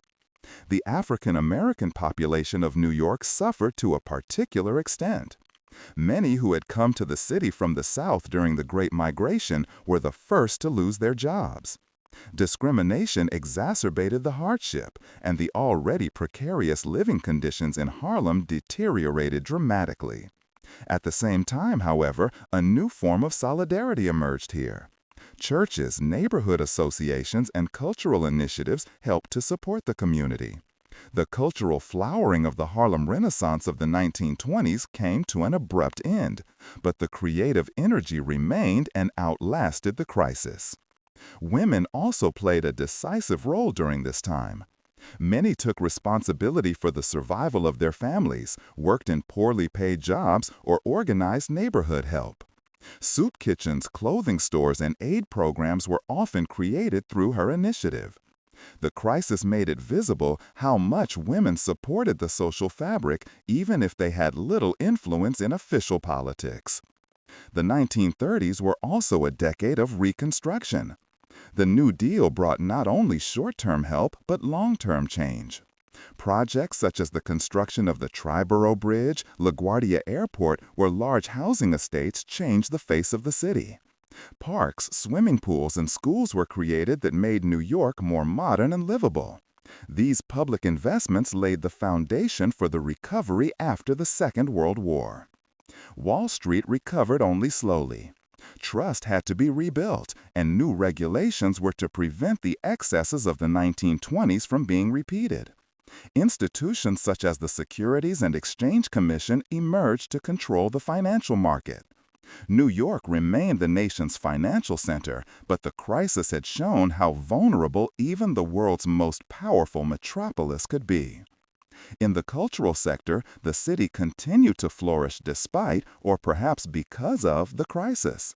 Broadway produced musicals and plays that offered both escapism and critical reflection. Artists such as Edward Hopper captured the melancholy of the big city, while photography projects by the Works Progress Administration documented the lives of ordinary people. Cinema became an important escape from everyday life, and cinema halls filled up despite the hardship. The Great Depression was a test for New York that permanently shaped its identity. It revealed its dependence on Wall Street, made social inequalities visible, and forced the city to find new ways of solidarity and survival. At the same time, it showed the resilience of New Yorkers who, despite poverty, unemployment, and uncertainty, found ways to keep going, improvise, and believe in the future. As the 1930s drew to a close and World War II approached, New York had changed. The worst years of the crisis had been overcome. New projects had modernized the city, and the experience of hardship and solidarity had shaped a generation. The city emerged weakened but also strengthened. She had learned that even in the greatest misery, hope and energy can survive, a lesson she would need again and again. Chapter 14: World War II and Post-War Boom. When the United States entered World War II in 1941 after the attack on Pearl Harbor, New York suddenly became one of the most important centers of the war effort. The city had already been a logistical hub, but now it became an indispensable engine for military and economic mobilization. The city had already been a logistical hub, but now it became an indispensable engine for military and economic mobilization. The Port of New York, one of the largest and best protected in the world, was the starting point for countless troop transports and supply ships that set off for Europe. Millions of tons of material, weapons, food, and equipment passed through the docks of Brooklyn, Staten Island, and Manhattan. The shipyards ran in shifts to build or repair ships for the U.S. Navy. Thousands of workers found employment here, including many women who entered industry instead of men. Rosie the Riveter was not only a symbol for the nation, but also for many New Yorkers who took on a new role in factories, workshops, and offices. The city's African American population was also given new opportunities, although discrimination and segregation remained a reality. The war noticeably changed everyday life in the city. Rationing, air raid drills, and blackouts shaped the picture. At the same time, New York was a cultural center for soldiers and their families. Broadway, jazz clubs, and movie theaters provided entertainment and distraction, while propaganda and patriotism dominated the cityscape. Recruitment posters hung on the walls, and fundraisers raised money for the troops. Politically, New York played a special role because it became the seat of many international organizations. Diplomats met in the city during the war, and after the war, New York was chosen as the headquarters of the United Nations. The site on the East River, where the UN headquarters was built from 1947 onwards, finally made the city a global center of diplomacy. The presence of the UN gave New York a new international dimension that went beyond its economic and cultural significance. After the war, an unprecedented upswing began. The United States emerged from the conflict as the undisputed superpower, and New York benefited from it like hardly any other city. The economy was booming, industry was booming, and consumption rose to unimagined heights. New products, new technologies, and a new way of life shaped the post-war years. New York became the showcase of this prosperity, with full stores, modern cars, and expanding suburbs. The city continued to grow, but at the same time, its face began to change. Many middle-class families left Manhattan and moved to the new suburbs, which were accessible by highways and railroads. In places like Long Island, entire settlements were built in which single-family homes, gardens, and shopping centers dominated the picture. This suburbanization was based on the dream of owning a home and a better life in the countryside. Manhattan and the inner boroughs remained the heart of culture, business, and politics, but the dynamics shifted to the suburbs. New York's role as a financial center became even stronger after the war. Wall Street was the nerve center of the global economy, and the dollar became the reserve currency. International investors, banks, and companies concentrated here, and the city became the financial capital of the globe. At the same time, trade, fashion, and media flourished. New York was not only a place to make money, but also a cultural showcase that exported the American lifestyle. Culturally, the city experienced a flourishing in the post-war years. Broadway produced classics. Jazz clubs in Harlem, Greenwich Village, and 52nd Street were centers of musical innovation. Artists such as Charlie Parker, Dizzy Gillespie, and Thelonious Monk shaped bebop, while the Metropolitan Museum of Art, the Museum of Modern Art, and the newly emerging galleries made New York a mecca for the visual arts. As early as the 1950s, the city began to establish itself as a center of modern art, a role it had previously ceded to Paris. Architecture also experienced a new phase. Modern high-rise buildings, which appeared simple and functional, replaced the ornate facades of the pre-war period. Buildings such as the Seagram Building on Park Avenue embody the new objectivity of international modernism. At the same time, huge infrastructure projects were built. New airports, highways, and bridges. Robert Moses, who was considered the most powerful urban planner of his time, transformed the city through gigantic construction projects, parks, and streets. His vision shaped the face of New York, even if his projects often destroyed entire neighborhoods and provoked social conflicts. The post-war period was marked not only by prosperity, but also by social upheavals. The African American population continued to grow because many people moved from the South to the North in the hope of better jobs and less discrimination. Harlem remained a center of African American culture, but segregation and inequality continued to be felt. At the same time, the Hispanic population, especially from Puerto Rico, began to grow strongly. They settled in the South Bronx and other neighborhoods and shaped the city's image with their culture. The 1950s also brought a growing confrontation with crime and social problems. Gangs in the streets, poverty in certain neighborhoods, and the divisions between ethnic groups were challenges that didn't disappear despite the general prosperity. New York was a place of extremes where luxury and misery were often only a few blocks apart. Despite these tensions, the post-war period was a period of optimism. The city radiated an energy that attracted people from all over the world. It was a magnet for artists, intellectuals, businessmen, and migrants. The American dream seemed particularly tangible here, and the Statue of Liberty in the harbor was the symbol of these hopes. In retrospect, it can be said that the Second World War and the post-war boom finally made New York the capital of the world. It was America's gateway to the world and at the same time the stage on which global history was negotiated, economically, politically, and culturally. No other city combined so many functions and roles during this time. It was a financial center, cultural metropolis, immigrant city, and international symbol at the same time. However, this climb was not with costs. Social inequality, conflicts between the groups, tensions between the city and the suburbs, and the consequences of massive construction projects were to provoke new crises in the decades that followed. But in the late 1940s and 1950s, the impression of a city that stood at the heart of the superpower and itself seemed like a superpower prevailed. Dynamic, contradictory, but unstoppable. Chapter 15. The Cultural Explosion. Art, Music, Broadway. Hardly any other city in the world has shaped culture as strongly as New York in the 20th century.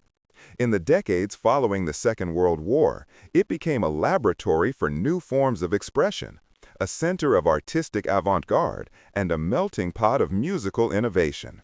Painting, literature, music, theater, and dance found a stage here that had both national and international appeal. The cultural explosion that unfolded during this period finally made New York the cultural capital of the world. A crucial area was the visual arts.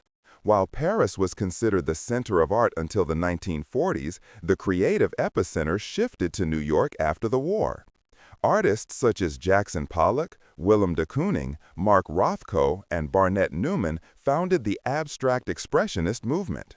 Her large-format, expressive works broke with European tradition and defined a new, genuinely American art. The studios in Greenwich Village and later in Soho became hotbeds of this movement. Galleries such as those of Peggy Guggenheim or Leo Castelli supported the avant-garde and made New York the new hub of the art world. At the same time, pop art emerged, which was shaped in the 1960s by artists such as Andy Warhol, Roy Lichtenstein, and Claes Oldenburg. Warhol's Factory, a studio and social meeting place at the same time, was the epitome of a new era in which art, commerce, fashion, and music merged. The reflection on consumption, mass media, and celebrities was typical of a city that lived like no other on advertising, glamour, and speed. Pop art made New York a mirror of modern societies and contributed to the popularity of art and becoming part of everyday culture. Literature also experienced an upswing in New York. Writers such as Allen Ginsberg, Jack Kerouac, and William S. Burroughs made the city the center of the Beat generation in the 1950s. Her poems, novels, and performances broke the boundaries of traditional literature and expressed the attitude to life of a generation that was looking for freedom, spirituality, and new experiences. Readings in bars and cafes in Greenwich Village became important events where literature became immediate and rebellious. Later, authors such as Tom Wolfe and Norman Mailer picked up on the city's dynamism and developed new journalism, which combined reportage and literature. In the field of music, New York was a melting pot anyway. Jazz had already flourished in Harlem in the 1920s, but after the war, new trends emerged. Bebop, cool jazz, and free jazz were played in clubs such as the Village Vanguard or Birdland. Musicians such as Charlie Parker, Dizzy Gillespie, Miles Davis, and John Coltrane shaped the sound of the city. Jazz was not just entertainment, but an expression of an urban experience that combined improvisation, freedom, and intensity. In the 1960s and 70s, New York became the cradle of new musical genres.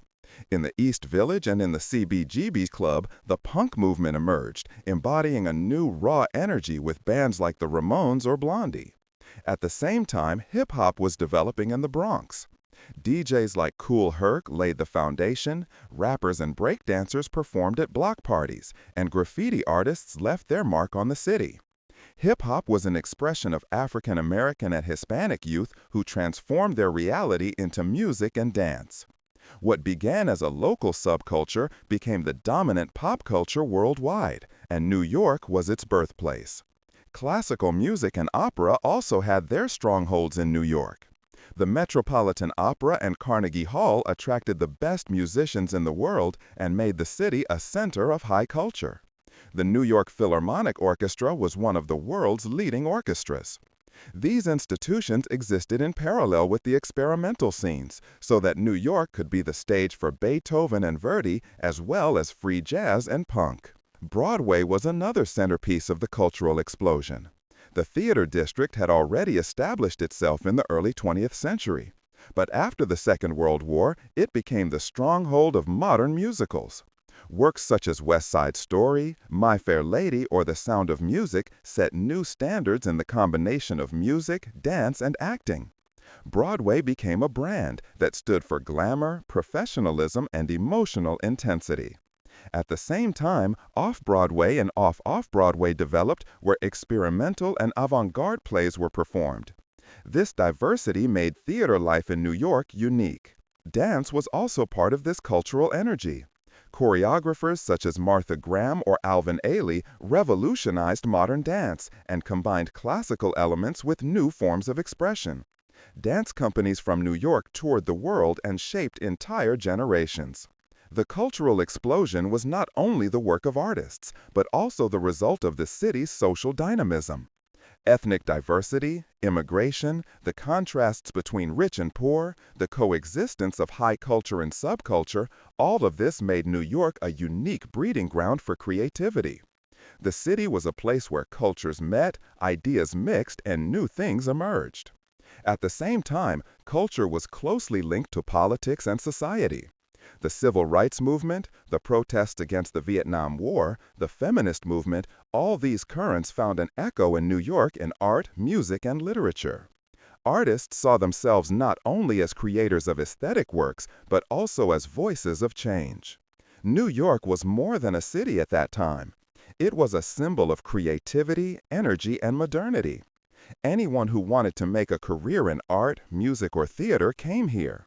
Galleries, clubs, theaters, and museums were laboratories in which the future was tested.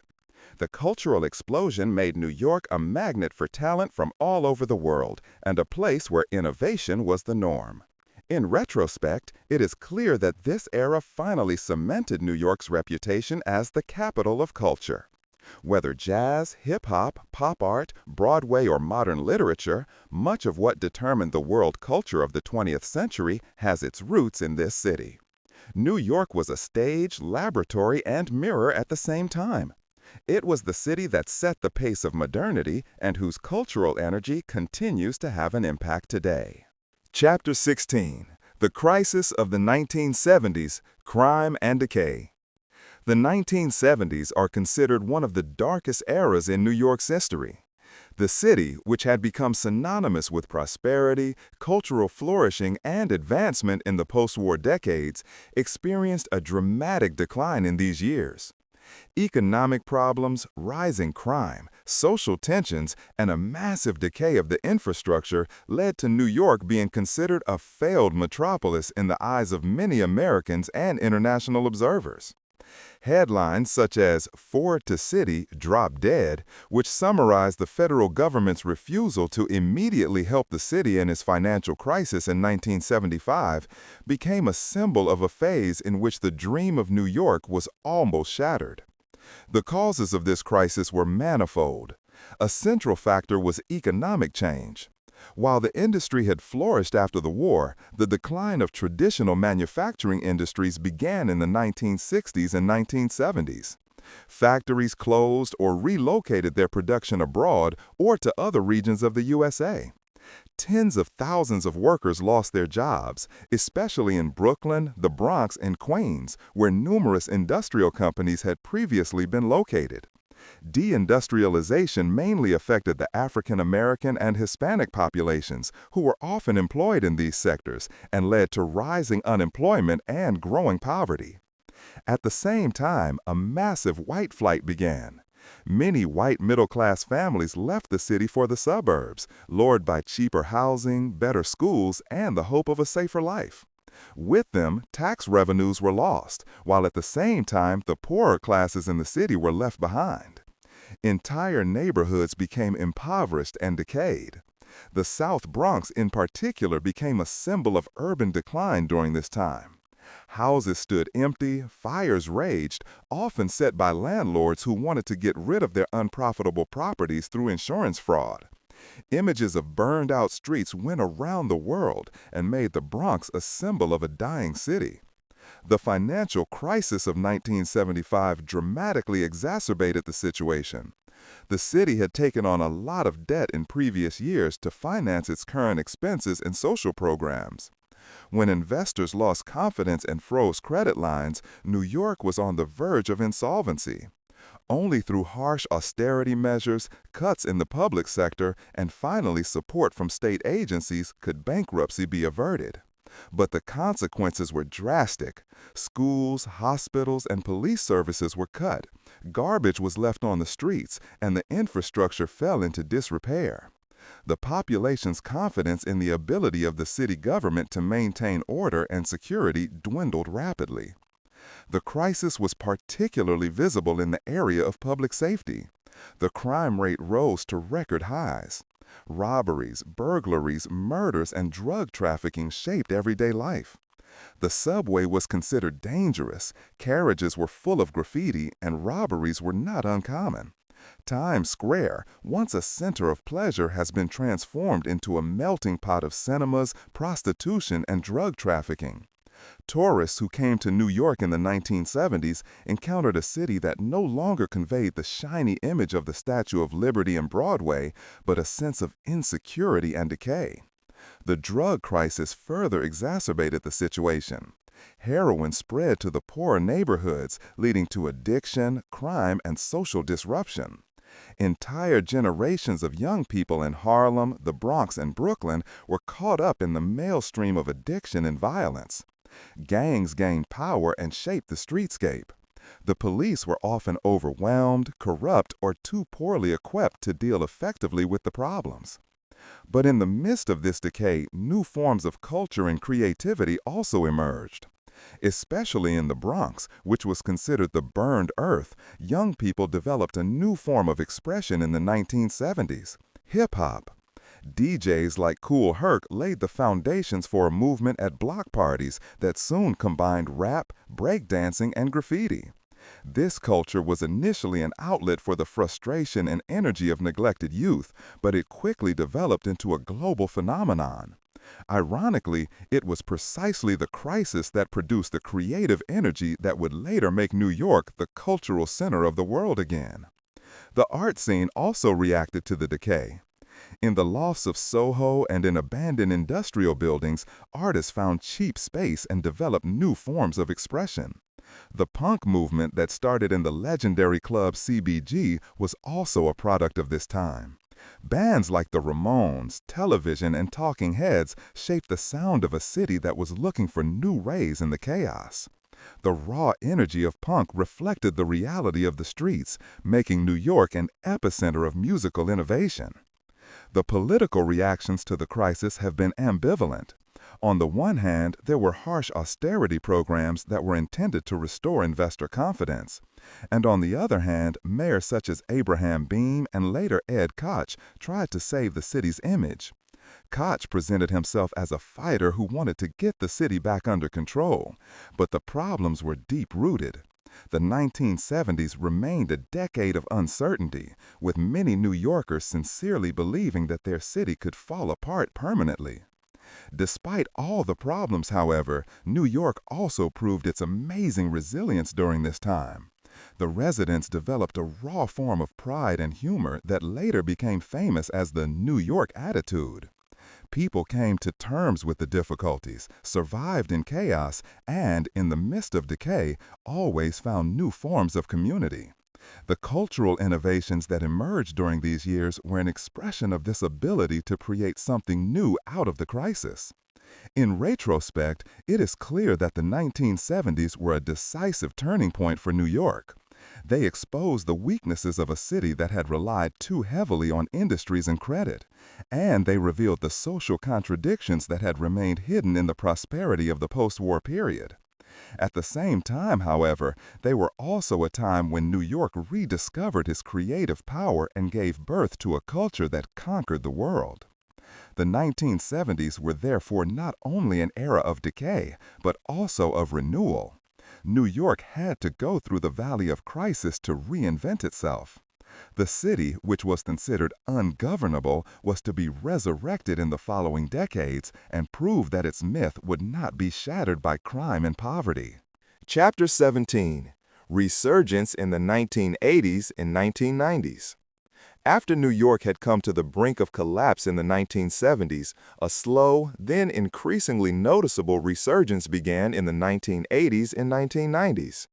It was not a linear process, but a contradictory one, full of new problems and challenges, but also carried by an energy that is typical of this city. The metropolis that many had already written off reinvented itself. And at the end of this change, there was a New York that was once again considered the global center of business, culture, and politics. In the early 1980s, the crisis had not yet been overcome. Crime rates remained high, the drug crisis continued to spread, and large parts of the Bronx and other neighborhoods lay in ruins. But at the same time, new economic forces began to take effect. Wall Street experienced a renaissance that was closely linked to the deregulation of financial markets and the rise of new technologies. Investment banks, hedge funds, and stock market traders made New York synonymous with money and power again. Figures such as Michael Milken or companies such as Goldman Sachs and Morgan Stanley embodied a new era of financial capitalism characterized by excessive wealth and risky business. The 1980s thus brought a paradoxical development. While poverty, violence, and drugs determined life in the slums, a new upper class grew up in Manhattan, living in luxury apartments, frequenting designer shops, and partying in exclusive clubs. Wall Street and Broadway stood for glamour, while Harlem and the Bronx stood for misery and hopelessness. These contrasts shaped the image of the city to the outside world and at the same time made it the setting for numerous films, novels, and reports that addressed the tension between success and failure. Culture flourished despite, or perhaps because, of these contrasts. Hip-hop, which was born in the Bronx in the 1970s, developed into an international movement in the 1980s. Rappers like Run DMC, LL Cool J, or Public Enemy brought the voices of the streets to the big stages and made New York the capital of this new culture. Graffiti, breakdancing, and DJ culture became worldwide phenomena that grew out of the ruins of a dilapidated city. At the same time, the art scene flourished. Andy Warhol's influence lingered, but new artists such as Jean-Michel Basquiat or Keith Haring brought an urban, raw style to galleries and street walls. Her works combined social criticism, pop culture, and subversion, reflecting the life of a city that oscillated between decay and awakening. The clubs in Manhattan, such as the legendary Studio 54, became places where art, music, fashion, and excess met. The theater and the music scene also continued to be formative. Broadway produced great musicals such as Cats, Les Miserables, and Phantom of the Opera, which attracted an audience of millions and cemented New York as the theater capital. At the same time, Off-Broadway continued to develop as a space for experiments and socially critical plays. Jazz clubs, rock stages, and new electronic music genres found an audience in the city that was open to innovation. Politically, the city began to stabilize in the late 1980s. Ed Koch, who was mayor from 1978 to 1989, embodied the combative spirit of New York. Despite many conflicts, he managed to regain the trust of many citizens and to bring the city back into the international conversation in a positive way. Under his successor, David Dinkins, the city's first African-American mayor, crime remained high, but his tenure marked the beginning of a greater focus on community and diversity. However, the decisive turning point came with Rudolph Giuliani's term in office in the 1990s. Giuliani relied on a harsh law and order policy associated with the concept of broken windows. Minor offenses were consistently prosecuted to restore the sense of order. At the same time, the police presence was massively increased, and new strategies such as CompStat used data analysis to combat crime in a targeted manner. Within a few years, crime rates dropped dramatically.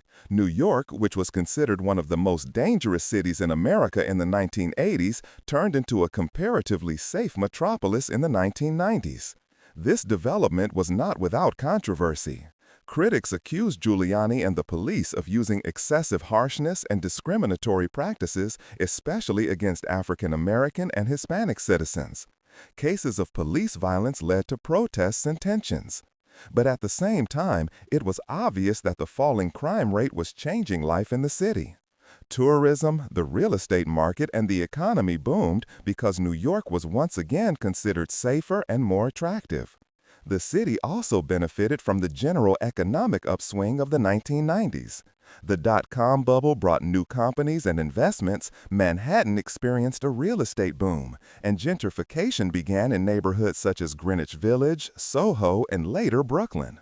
Old industrial buildings became lofts, artists and young professionals moved into neighborhoods that had previously fallen into disrepair. These developments permanently changed the face of the city and led to debates about displacement and social inequality. Another formative event was the AIDS crisis, which hit New York particularly hard in the 1980s and 1990s. Thousands of people died, especially in the LGBTQ community, which was heavily represented in neighborhoods like Greenwich Village. The disease not only brought suffering, but also a new wave of activism. Organizations like ACT UP fought for medical research, education, and political recognition. The AIDS crisis made New York a focal point of social and health struggles that continue to have an impact today. Overall, the 1990s were a time when the city renewed its reputation. Times Square, which had stood for decay and crime in the 1970s, became a tourist hub with theaters, restaurants, and glittering screens through massive investments and redevelopments. Central Park, which had been neglected for a long time, was renovated and turned back into a green oasis. The subway, which was marked by graffiti and insecurity in the 1970s, became cleaner, safer, and more modern. New York was a different city at the end of the 1990s than it was at the beginning of the 1980s. A metropolis on the verge of bankruptcy had once again become a cosmopolitan city that radiated security, prosperity, and culture. At the same time, the old antagonisms remained. Poverty and homelessness had not disappeared despite the boom, and gentrification led to new social tensions. But the image that the world now had of New York again was that of a city that had freed itself from the crisis and reinvented itself. In retrospect, the 1980s marked the time when New York proved that it could be resurrected even after the darkest moments. The city had not only stabilized, but also shown that it was capable of drawing new energy from decay. This pattern was to prove itself again in the new millennium when New York faced an even greater challenge. Chapter 18, September 11, 2001, and the Aftermath. On the morning of September 11, 2001, New York changed within a few hours from a metropolis of awakening to a symbol of vulnerability. At 8:46 a.m., the first plane hijacked by terrorists, American Airlines Flight 11, hit the North Tower of the World Trade Center. Shortly thereafter, at 9:03 a.m., United Airlines Flight 175 crashed into the South Tower. Within minutes, it was clear that the city had become the target of a coordinated attack that shook not only New York, but the entire world. The images of the burning towers went around the world and were indelibly imprinted on the collective memory. Hundreds of thousands of people in Manhattan watched in horror as smoke and flames darkened the sky. Rescue workers, firefighters, police officers, and volunteers flocked to the towers to rescue people. Then, at 9:59 a.m., the South Tower collapsed, followed by the North Tower at 10:28 a.m.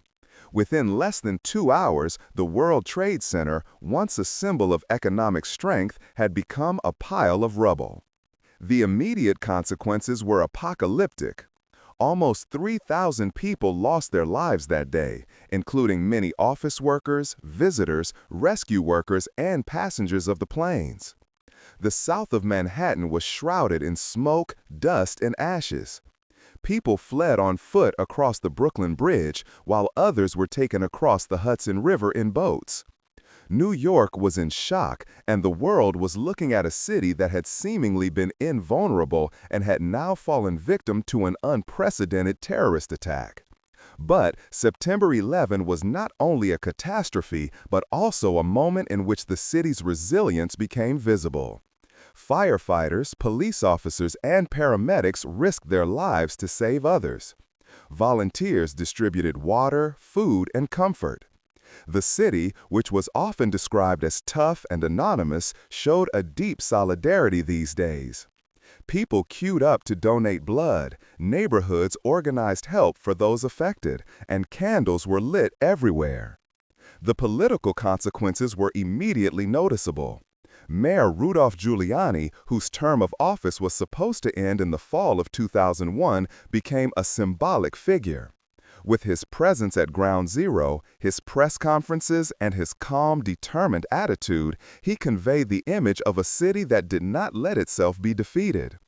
President George W. Bush visited the rubble site just days after the attacks and promised that America would strike back. New York thus became the starting point of a new global era marked by the War on Terror. But for the city itself, the challenge was not only political but also existential. The south of Manhattan was badly destroyed, thousands of jobs were lost, and the economic future seemed uncertain. Many feared that companies would leave the city and that New York's role as a global financial center could falter. But these fears did not come true to the extent that it seemed at first. Although it took years to remove the traces of destruction, the city did everything it could to get up again. The reconstruction of Ground Zero became a central project that had not only architectural but also symbolic significance. After long debates, it was decided to build a new skyscraper, One World Trade Center, on the site, which opened in 2014 and is now considered the tallest building in the Western Hemisphere. Next to the tower was the 9/11 Memorial, two large pools of water in the floor plans of the old towers, surrounded by the names of the victims. This memorial became a place of mourning, remembrance, and international encounter. However, the consequences of September 11 were not only noticeable structurally, but also socially and psychologically.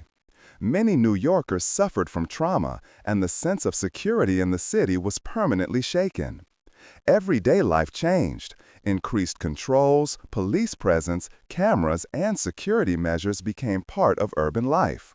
From then on, airports, train stations, and public buildings were characterized by a new vigilance. At the same time, the city experienced a wave of patriotism and cohesion. Flags flew from windows, commemorative events marked the year, and September 11 became a collective point of reference. But over time, this solidarity was also mixed with criticism. Many New Yorkers asked questions about security policy, the wars in Afghanistan and Iraq that followed the attacks, and the surveillance measures that changed life in the United States. From then on, airports, train stations, and public buildings were characterized by a new vigilance. At the same time, the city experienced a wave of patriotism and cohesion. Flags flew from windows, commemorative events marked the year, and September 11 became a collective point of reference. But over time, this solidarity was also mixed with criticism. Many New Yorkers asked questions about security policy, the wars in Afghanistan and Iraq that followed the attacks, and the surveillance measures that changed life in the United States. From then on, airports, train stations, and public buildings were characterized by a new vigilance. At the same time, the city experienced a wave of patriotism and cohesion. Flags flew from windows, commemorative events marked the year, and September 11 became a collective point of reference. But over time, this solidarity was also mixed with criticism. Many New Yorkers asked questions about security policy, the wars in Afghanistan and Iraq that followed the attacks, and the surveillance measures that changed life in the United States. But the economy recovered surprisingly quickly. Wall Street resumed operations soon after the attacks, and the financial industry remained rooted in the city. Although the real estate market experienced setbacks, New York's attractiveness as a place to live and work remained unbroken.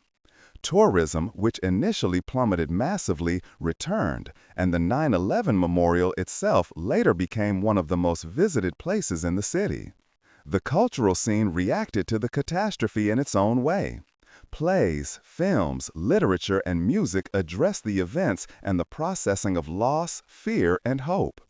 Broadway became a place of comfort where people laughed and cried together. Artists were looking for forms of expression to name the unspeakable.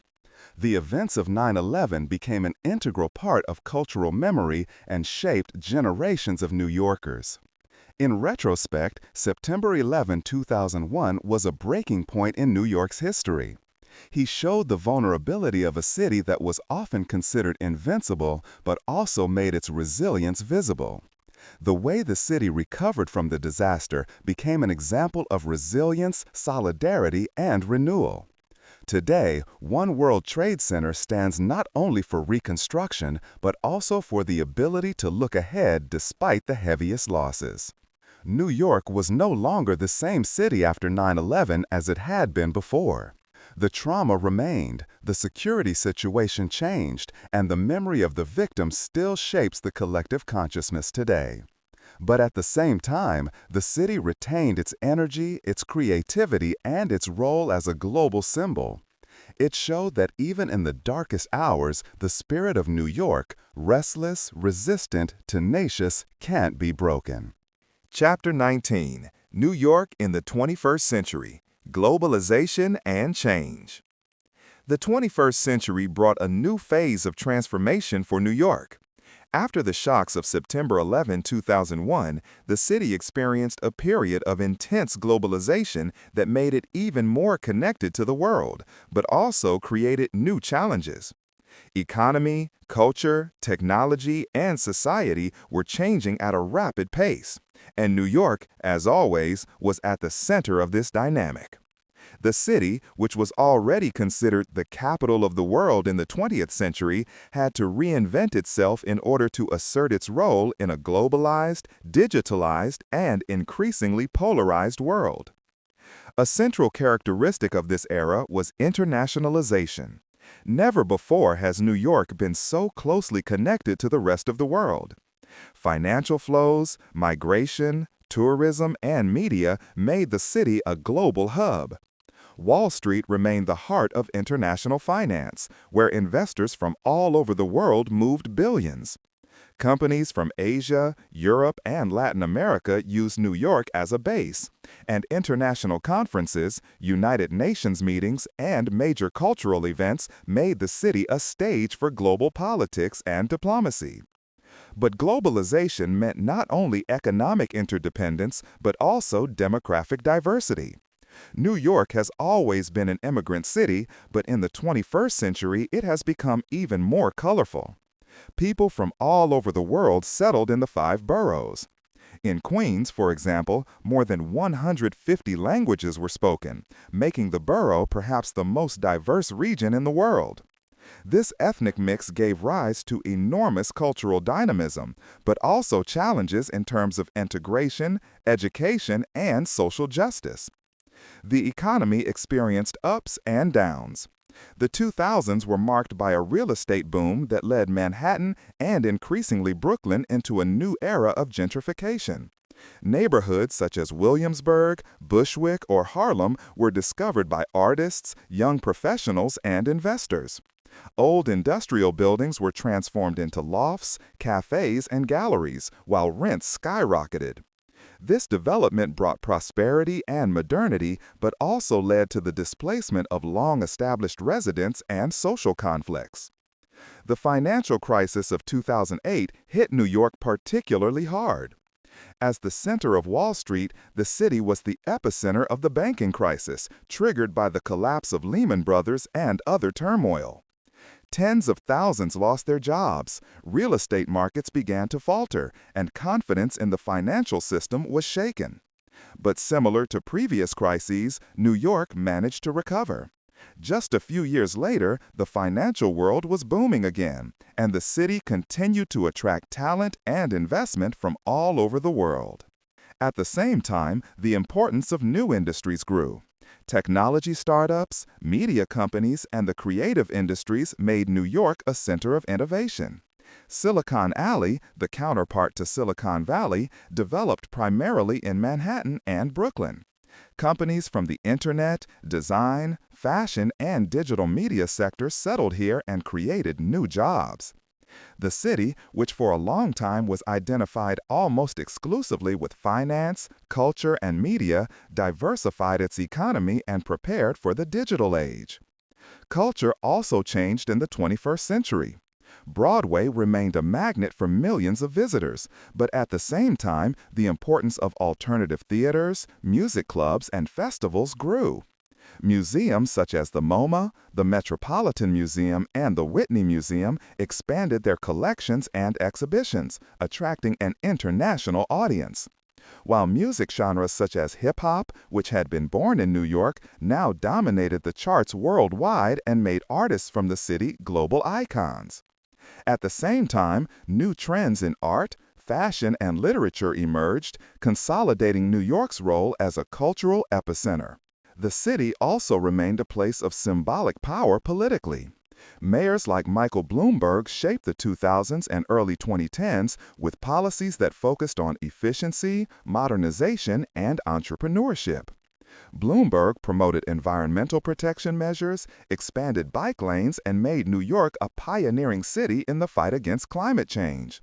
His successor, Bill de Blasio, relied more heavily on social programs and sought to combat the growing inequality that was becoming increasingly evident due to gentrification and the rising cost of living. Social contrasts remained one of the city's biggest problems. On the one hand, billionaires lived in luxury apartments in Central Park, while on the other, homelessness was on the rise and many families struggled to pay their rent.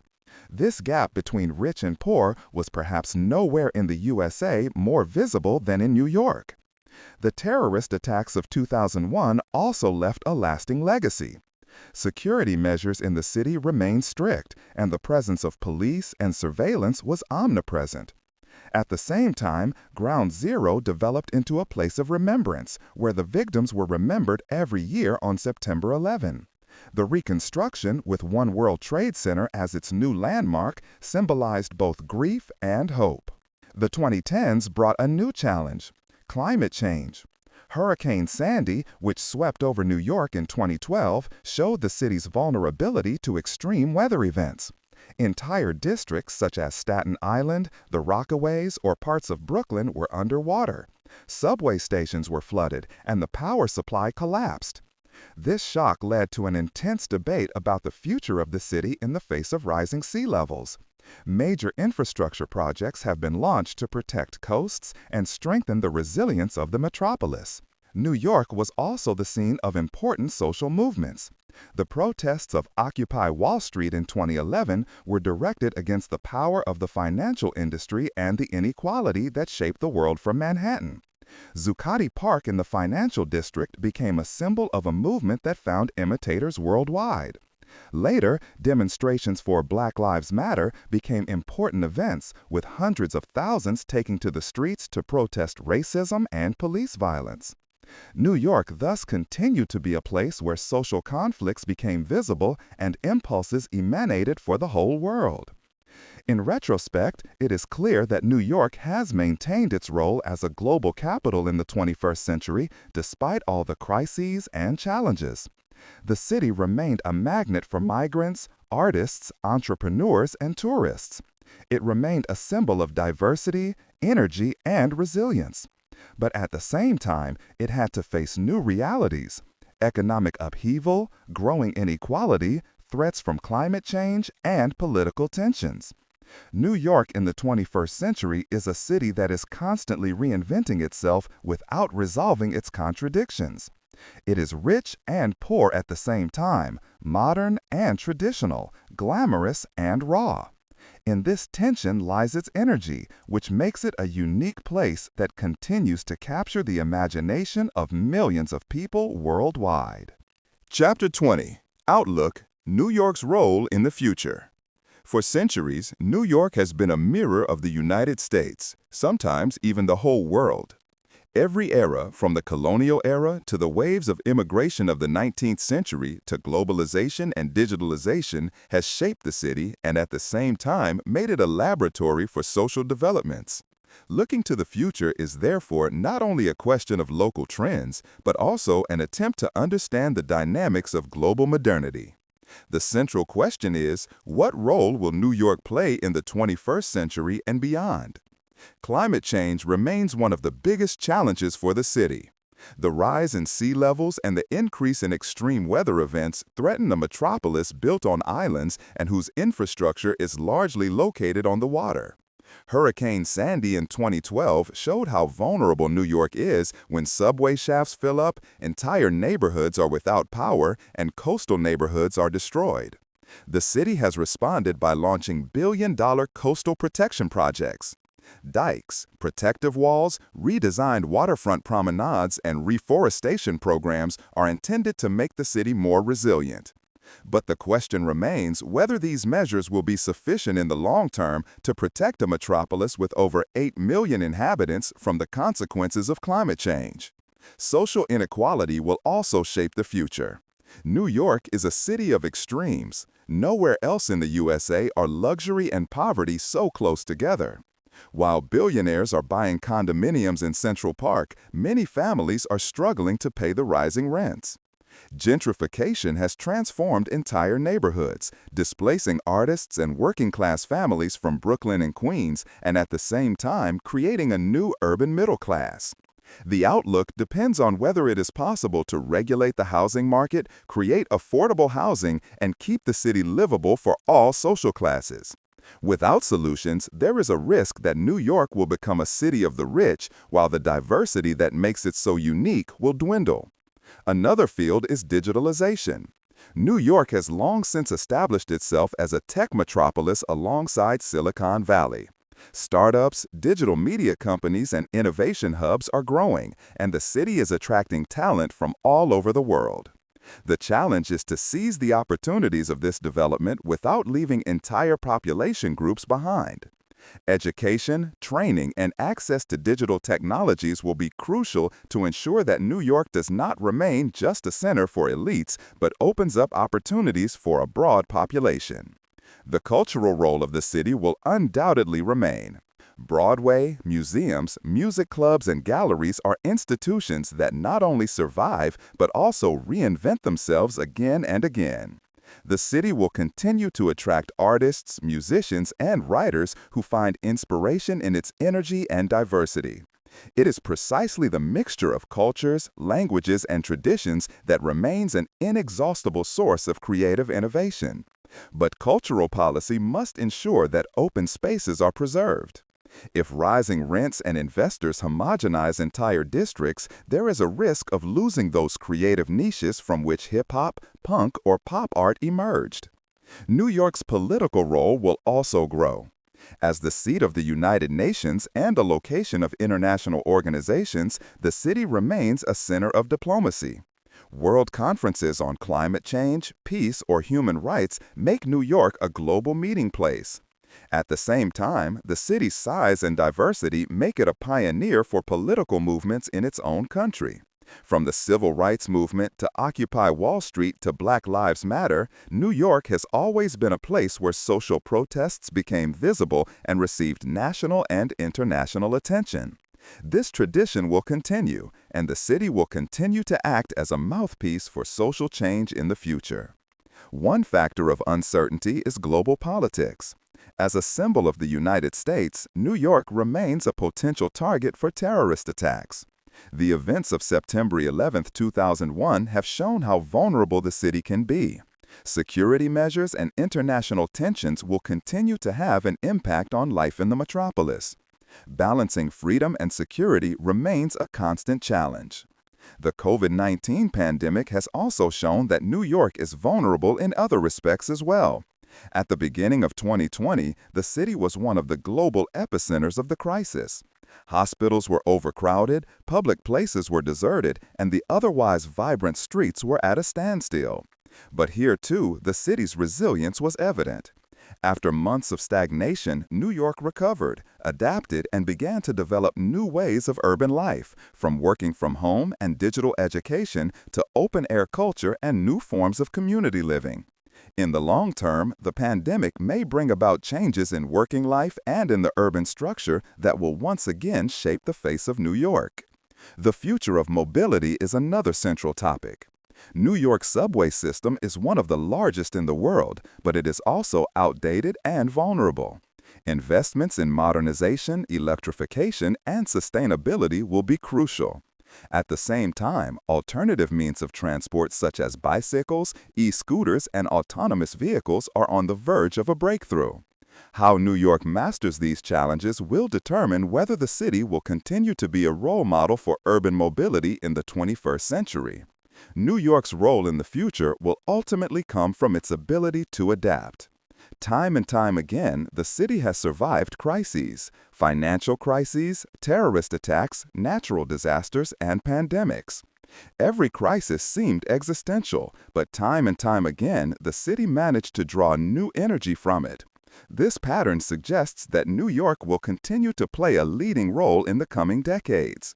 In the global context, New York will assert its position because it is more than just a city. It is a symbol. For immigrants, it continues to stand for hope and opportunity.